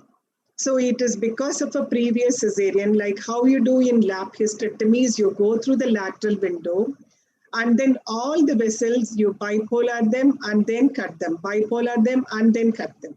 So that at the end of the procedure, you will not have a welling of the blood. And if you do not reduce the blood supply to the uterus, separating the placenta is going to be very, very difficult for you. So you have adequate blood and blood products. then you get into it, and then try not to do a total hysterectomy. Just go beneath the placental edge, clamp, and then close it. And once I have done that, then I ask my interventional radiologist to release the embolization he has done. So it is a temporary. So once he releases, I see whether I have good hemostasis and whether everything is okay. Then I also leave a drain. In where there is a problem, I leave a drain. And this is what I do. Thank you very much, ma'am. And I think you are very much fortunate that you have such a beautiful team, and your skills as a surgeon are very much evident, and your really planned and meticulous procedure. But sometimes, you know, the many of the settings will not have a interventional radiologist. And that is where I think those your technique of, you know, we in our residency, we learned about clamp, clutch, and ligate. Instead of that, we can use the technique of clamp and, you know, cut and drop technique, which you have nicely highlighted. And when we go towards the bladder, again, we need to be very careful about the plane where we are dissecting. And that is where I need your opinion, Dr. Girija, about how to avoid any complication, or if you deliberately do a cystostomy, then what is your, you know, experience about that? And I will add, Dr. Girija, before you start answering this question, I want your opinion that if you do not have the facility to do an interventional procedure, then how do you do it? Yes. What Madam just now explained to us was a very ideal situation, which I would also undertake, and I have taken it in my corporate practice. But even in Bharati Vidyapeeth, we have an interventional lab, but our patients refuse it for cost, for the reasons of cost. And in such a situation, instead of doing that, what we did, I will just explain to that experience of ours in the same context, which will answer both the questions, is that we went inside and clamped bilaterally her uterine vessels with a sponge holding forceps. Now here, if you have a window in the broad ligament, you can just pass a simple catheter and tie it up, so that will, you know, try to occlude the uterine vessels, and then you get some time to decide whether you are going to be able to dissect the bladder or not. You can do a subtotal hysterectomy. Now, in this patient, we did the subtotal hysterectomy with all principles, but she still continued to well up. What is very important is, before I took the patient, I had put up the non-pneumatic sock garments on the table. So the patient was immediately tied up when we started having. The anesthetist was told we had tied her up so that she will not go into shock. The fluid management, everything was in place. So then we had the urologist team coming up. And then they are the ones, what they did was, and this is something that all of us can do a retroperitoneal dissection. Do a retroperitoneal dissection, and always remember that the uterosacral ligament is your point of contact, which usually doesn't get affected. So that uterosacral ligament can be used as a stable point from which you can understand the ureteric course. Get well versed with this ureteric course. And once you dissect that ureter away, then you will avoid a ureteric injury. Now, if your bladder is dissectable, then it is better to dissect. If not, you can just take an incision on the bladder, keep the bladder, you can take away the bladder, sacrifice the bladder along with the uterus, and then suture the bladder. This is something can be done. You can consider putting in a suprapubic catheter than a Foley's catheter in this patient, and then this will help us. Otherwise, if you decide to dissect the bladder, sometimes that percreta can be so bad that it can have invaded in the walls of the bladder, and you may be in another mess. Thank you, Dr. Girija. But I would like to highlight here again that internal iliac ligation, artery ligation also, Dr. Savita, I heard you in your last panel, and yes, we have been also practicing that internal iliac ligation bilateral. That is also one of the practice, which if you have a percreta kind of case and you're anticipating a huge amount of blood loss and you don't have an interventional radiologist, you know, in some places there is an interventional radiology set up. However, the radiologist is not available for those 24 hours. So in those cases, the internal iliac ligation also will help. A posterior approach, as you have said, but we usually do not go and do the the ureteric dissection that much, if not needed. So we do not go and do unless we are doing the internal iliac ligation. And yes, I agree with you. So we wouldn't do it always, I say, but we would need it. If at all, if we need it, we should be aware of this. That's what I Yes, and deliberate cystotomy in those cases where already the bladder invasion has been your sonologist has told you about it, then deliberate cystotomy with, of course, though we wear your urology team here. However, in many of the times you don't require, and your internal iliac ligation, if needed, you should go ahead and do the CCD approach and take out the uterus. And yes, as Dr. Nirmala has already pointed out, we could go for, instead of going and dissecting the whole the lower segment, you could go for a subtotal type of hysterectomy. Yes, Dr. Nirmala. Dr. Nirmala wants to say something. I just want to add one thing. Yeah. Dr. Rekha, I want to just add one thing. What we are doing in our institute, we're getting so many cases. I think every month we're getting 4 or 5 cases every month. So what practice we are following? We are doing classical cesarean in this percreta, especially I'm talking lower segment percreta. We're doing the delivering after classical incision. Then slowly we're going for stepwise devascularization, and always our urologist is always there with us. Before start of procedure, urologist stand by. It is challenge not only for the obstetrician, it's a great challenge for urologists as well. Because still I think they have to write one new chapter in their books, how to deal with the bladder and ureter, increased placenta creta, because there is not so much of literature for the urologist. It is again challenge. Sometimes they have to remove half of the posterior wall of the bladder when it is involved in aiding. That has to be excised and then repaired, and then put to the catheter for 2 weeks. What is very important, Nirmala, please. She would like to say something. I think Dr. Nirmala will summarize it. What I just want to add is that when we are having percreta and we know that the bladder is also involved, then preoperative stenting of the ureters, because whatever part of bladder we have to sacrifice, we have to make sure that the ureters are intact. So, all these precautions have to be taken in advance. Dr. Nirmala, please finalize. I was just trying to bring out the aortic clamp, which Dr. Paley is promoting in Kerala. And I have never personally used it.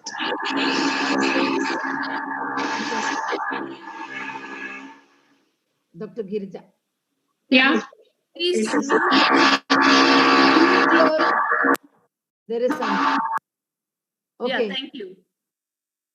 It's a special clamp which he has devised, and he says you can just apply it on the aorta, which will completely reduce the blood supply, and it will allow you to do whatever you want to do. Because so I think bilateral internal iliac will definitely take time, and this is one. And having a team, wherein you do this kind of radiologist and interventional radiologist, I'm sure in medical colleges we do have the facility. It is just that we need to formulate a method which is going to be very good.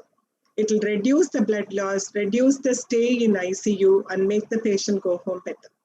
So basically, our transfusion rate came from, we used to transfuse like 10 units, and it came down to just 1 or 2 units. So you could consider that.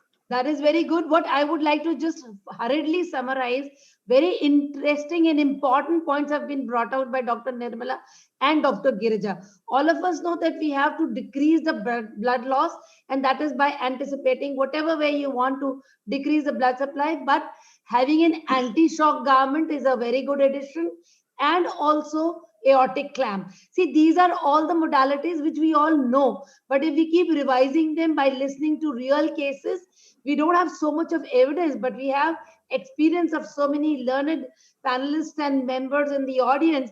So it's just a recap. So that was very important thing, that we have to see how we can decrease the morbidity of the patient. And anti-shock garment is a good thing to have in OT even. So now I think let's take on to these things are just to complete the list, because all of us already know that the ideal treatment for increta and percreta is hysterectomy. But there would be some patient who would be having some reason to conserve the uterus. So Dr. Girija and Dr. Jaimala, please take this question. What are the conservative management for placenta accreta syndrome? Dr. Jaimala, you? Yeah. First you take, then Dr. Girija will complete it. Then we'll go on. Sure. Next. Now, the conservative management depends on the mode of delivery of the patient. Like as we had few scenarios where you had vaginal delivery and then a placenta accreta. So it depends on the mode of delivery. It depends on the patient's vital status, whether she's bleeding, and if at cesarean section, however we are prepared for placenta accreta complex, like you go in the operative findings also make us to decide on the table whether we are going ahead with a cesarean hysterectomy or a conservative management. If you're lucky, Mitra, and if it's a placenta accreta which is patchy, then you may get away by doing a partial separation and keeping the bits of the placenta inside. But if you are unfortunate, you will have a percreta increta which just cannot, and it's not deciduous. It is not going to be deciduous. So we will have to take a call, as she said, whether we are really going to go in for conservation or are we going in for hysterectomy, because that's going to be life-saving for the patient. Secondly, if you do a conservative approach, I have seen patients going into a little kind of a stormy post-delivery period for the first 21 days when the placenta is inside. And then you have to keep a watch on whether they are going into sepsis. They have to be kept through blood monitoring and your close monitoring, antimicrobials, and if you are, blood corrections and things like that. I have also had an experience of doing hysteroscopies in 2 patients after 6 months post placenta accreta syndrome deliveries. And these patients did show a small scar after 6 months inside the decidua, inside the uterine cavity when I did that hysteroscopy, which was not seen. In one of the patients, I did a continuous color Doppler study for a period of every 1 week to see what's happening. And then I learned from that experience that such an often surveillance is not necessary. You can do it at a regular basis depending on the patient's clinical condition. No role for methotrexate, however, and do not be too adamant. If it is necessary, just go ahead and do that hysterectomy. Though there's no need to save that uterus. It's important that you save her life. Yeah, very good. Very right. But there are some theoretical, some procedures, triple P procedures. I don't think so, Dr. Surekha, we should spend more time on it.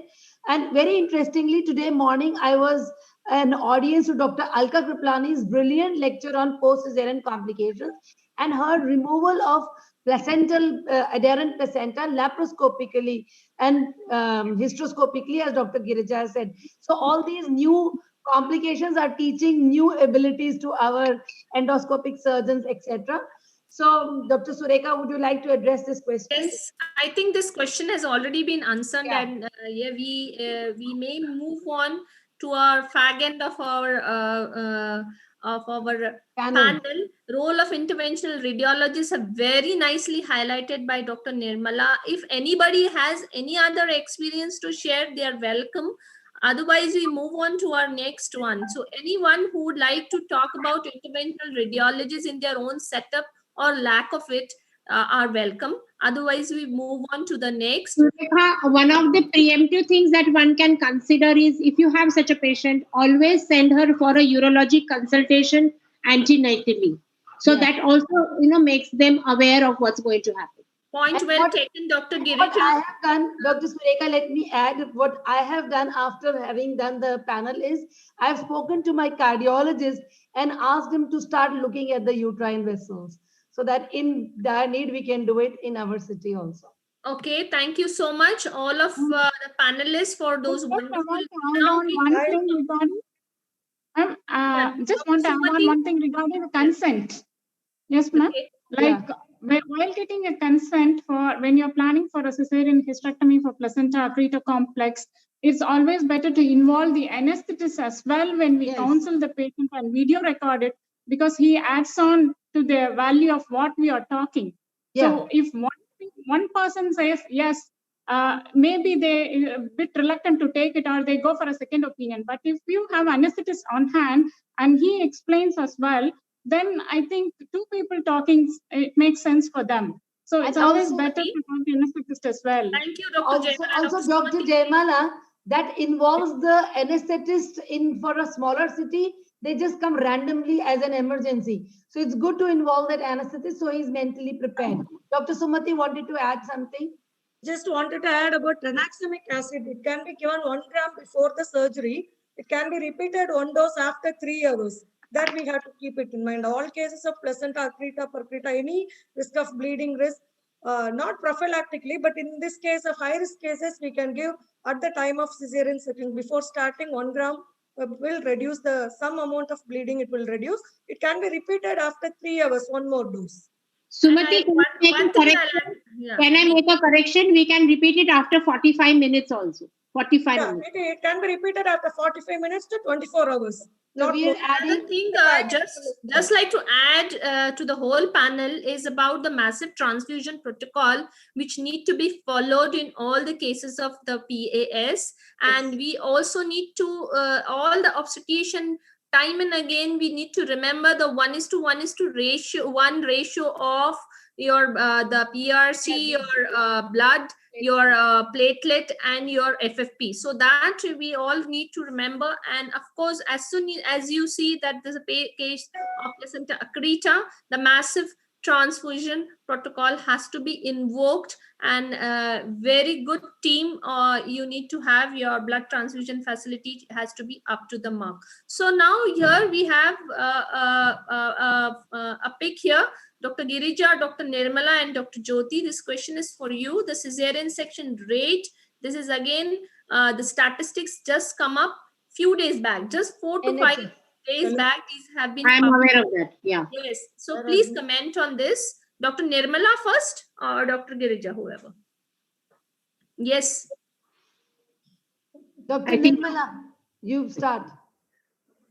I mean, time and again, we talk about reducing cesarean section rates in our practice. We wanted that. We wanted that. Time and again, we say the cesarean section on demand, for good days and things like that, we can try and avoid that, because we are not doing for any obstetric indication, and that will be a good point to start with counseling the patient. Thank you, ma'am. Dr. Girija? Yes, one more thing is be very, very decisive about induction of labor. Induction of labor has to be done very, very strictly, because that can unnecessarily increase your incidences of C-section if you try to plan inductions.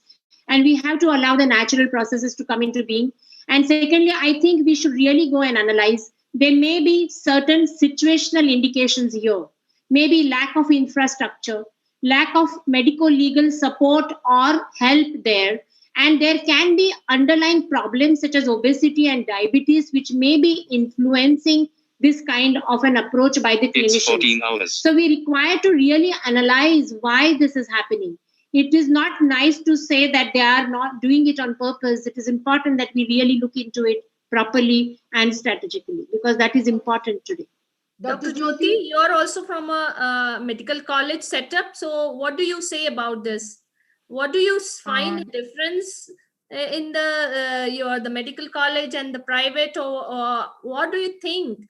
Why it's 80% cesarean section rate not acceptable at all? We should wait till 39 weeks when there are no risk factors, and try to ensure that they come with spontaneous onset of labor, which can reduce the cesarean rate.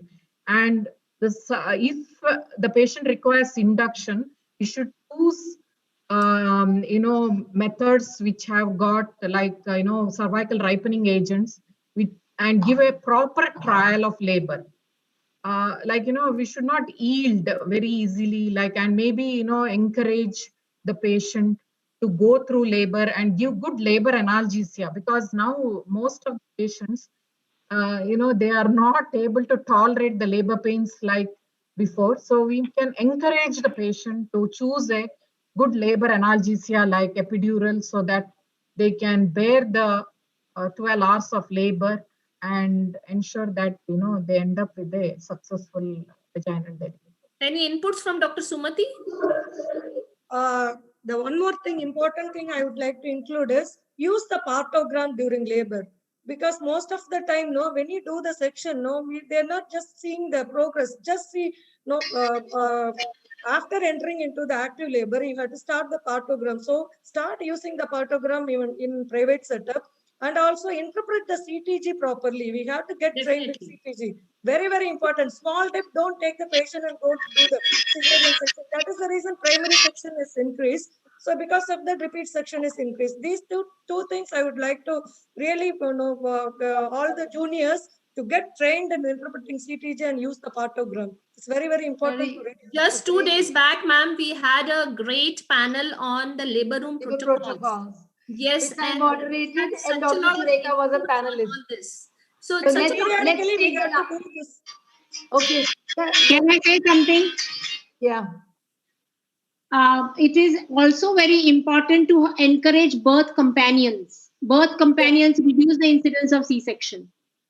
So definitely we are coming to the conclusion, and all the panelists have been agreeing to this, that the primary cesarean section rate, reducing the primary cesarean section rate, now it is the time to introspect for all us. You know, we are so much active in Foxy, we are so much active in our teams, but we as a whole, as an obstetrician team, we are not able to come up with good solutions, and that is what actually we should be discussing. Because if this rate continues, there's going to come a time where every now and then you are going to get this placenta accreta, and then what a havoc an obstetric practice would be, and how we would be as an obstetrician, we would be affected by this. So it is a right time that we introspect. It is the right time that we don't give, we try to explain why this cesarean section has happened.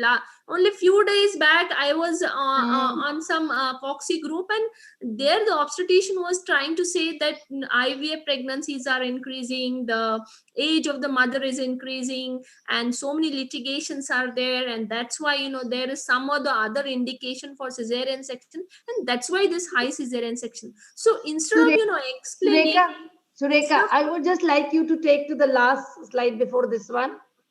Okay. Yeah. So I will just like to say my bit, because we are not right now discussing only vaginal deliveries or obstetrics. For this panel, what I want to reiterate is that placental accreta syndrome is almost an iatrogenic trouble. The more number of insults to the uterus, more aggression from the placenta. That which is innocuous, which is so helpful to the fetus, but then it shows its aggression. And so I want all the audience to be left with this thing.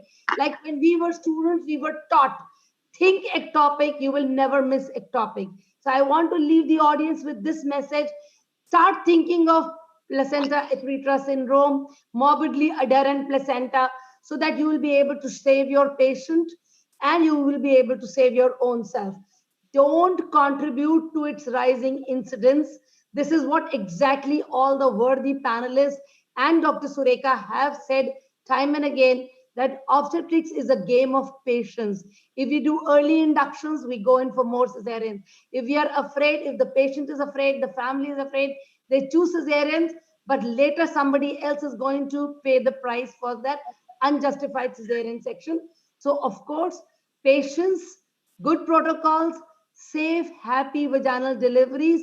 That's my take. I assure you that with this committee, I would really want all the obstetricians of India to really start thinking about the well-being of the mother, ease of delivery, and decreasing this complication, which is iatrogenic. Surekha, please summarize it. Yes, to sum up, and of course, obstetric hemorrhage is one of the major cause of maternal mortality as well as perinatal mortality, and of course, distress for the obstetrician also. So if you are facing such a situation, your distress, so for your own benefit, we need to we should always look for predisposing factors, not only cesarean section, any intervention which we have done, even a medical termination or curettage, any interventions, the number of interventions you have done at an antenatal ultrasound at 20 weeks. We should train ourselves for placental localization,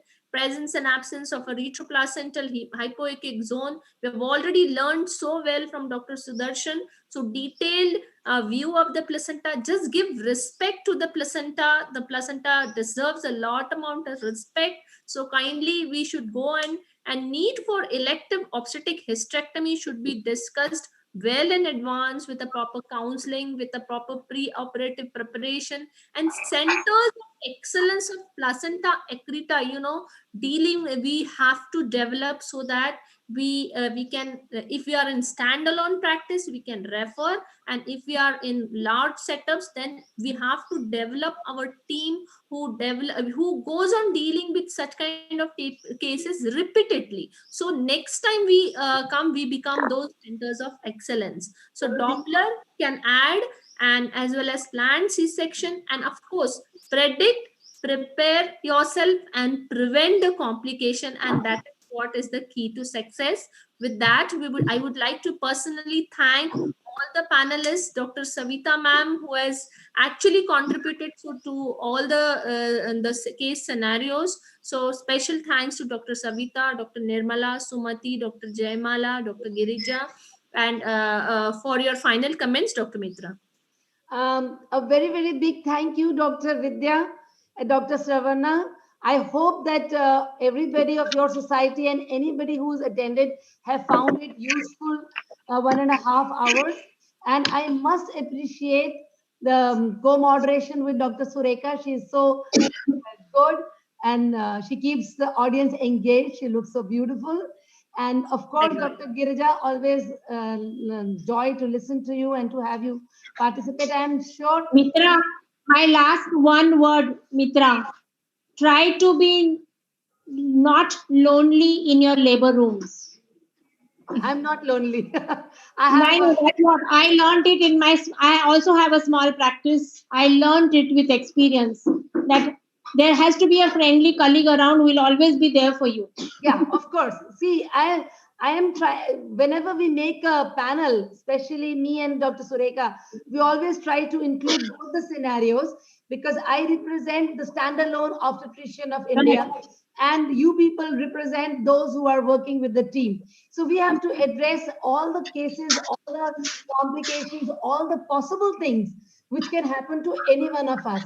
Of course, obstetrics is a teamwork, and the better your team is, in times of preparedness, you as the lead should be anticipating the problems so that we do not land up into troubles.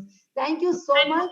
And great thanks to Dr. Vidya Prabhakar and Dr. Saravana Kumar, who have been coordinating so well and who have given us opportunity and honored us with this invitation. Thank you very much. And let me tell you, just as I enjoyed the first time, but then I was very tense. I was looking at how many people have entered the thing and etc. Because now this time it was total learning, and believe me, I listened to Dr. Nirmala's talk also, Dr. Girija's talk, and the pediatrician's talk. So thank you so much, Dr. Vidya. Thank you. Thank you. Thank you very much, Dr. Vidya.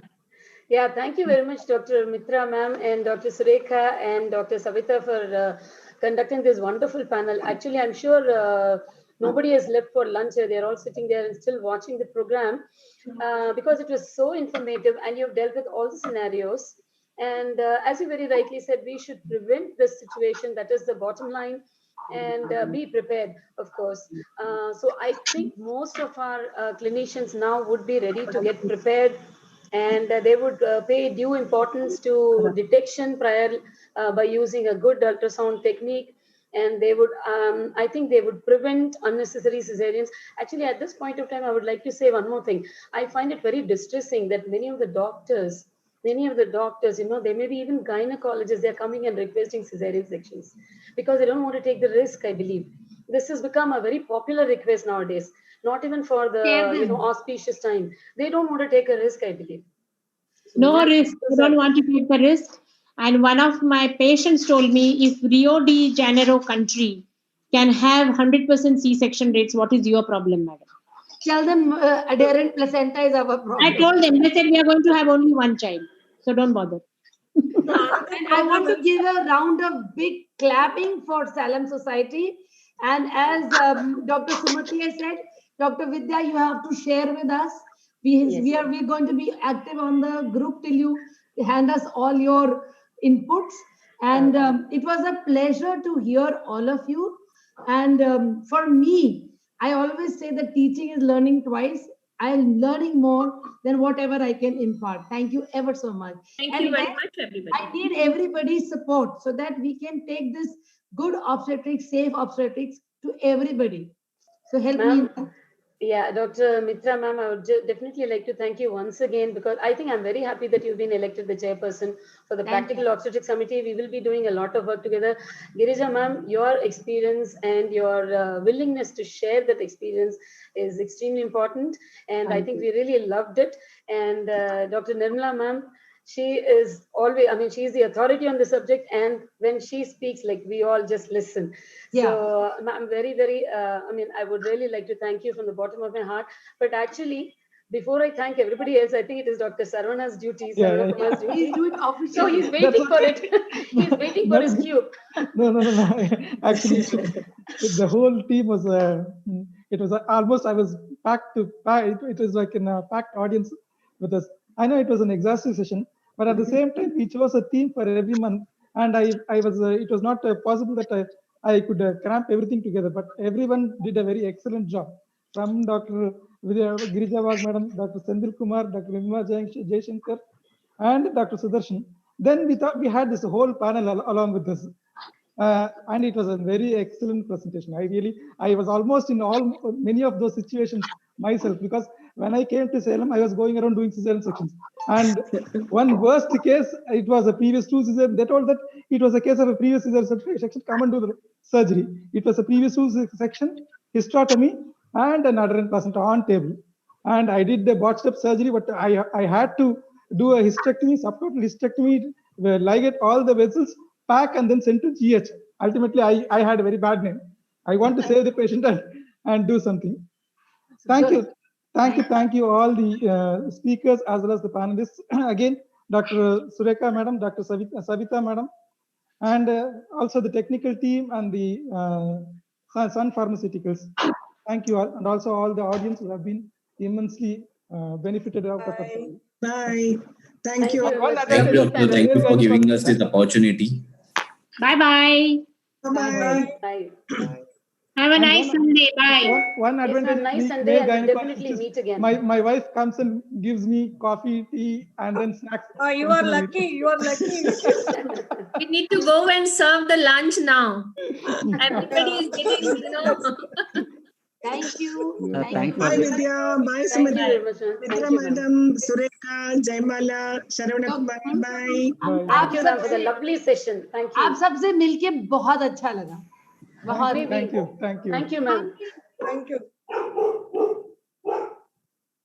Bye. Bye, Smriti. Bye, Smriti. Bye, Mala. Bye, Saranan. Bye. Jyoti. Bye, madam. Jyoti. Bye. Jyoti, bye. I couldn't talk to you earlier. Yeah, bye. Yeah. Vidya Nice to see you. told me about you, Dr. Jyoti.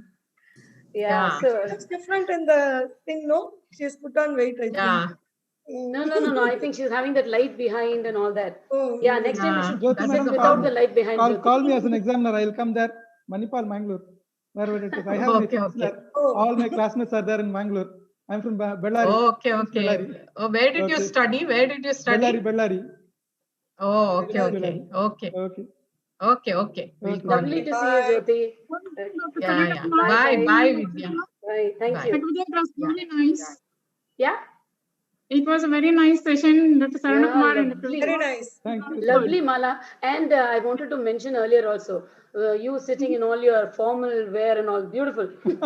Mala. I don't have the picture. Very Almost like in UK. Yes. Just being lazy. UK dress எல்லாம் மாலாவுக்கு பத்தது எனக்கு ஒரு blazer கூட பத்த மாட்டேங்குது. இல்லன்னா நான் போட்டுக்குவேன். புதுசா தைங்க madam. புதுசா தைச்சிங்க UK dresses. ஐயோ, இங்க வந்து அங்க இருக்கல எனக்கு For the panel discussions. maintaining the same weight, I have put on weight. நான் ரொம்ப ஒல்லியா இருப்பேன் அப்போ. No, I just got very அந்த lazy. போட்டோ தான் நீங்க அனுப்பிச்சிருக்கீங்க. இதுக்கு சிவிக்கு இதுக்கு நீங்க அந்த போட்டோ தான் அனுப்பிச்சிருக்கீங்க. பழைய போட்டோ. எதுக்கு? இந்த சிவி அண்ட் போட்டோல வந்து அந்த போட்டோ தான் நீங்க அனுப்பிச்சிருக்கீங்க. பழைய போட்டோவை. இல்ல இப்பயா? இப்ப நான் இப்ப எடுத்தது. நான் வேற பழைய நான் போறேன். Don't say that she has put on weight. That's very bad. Don't say that. No, I'm telling that she's telling that she has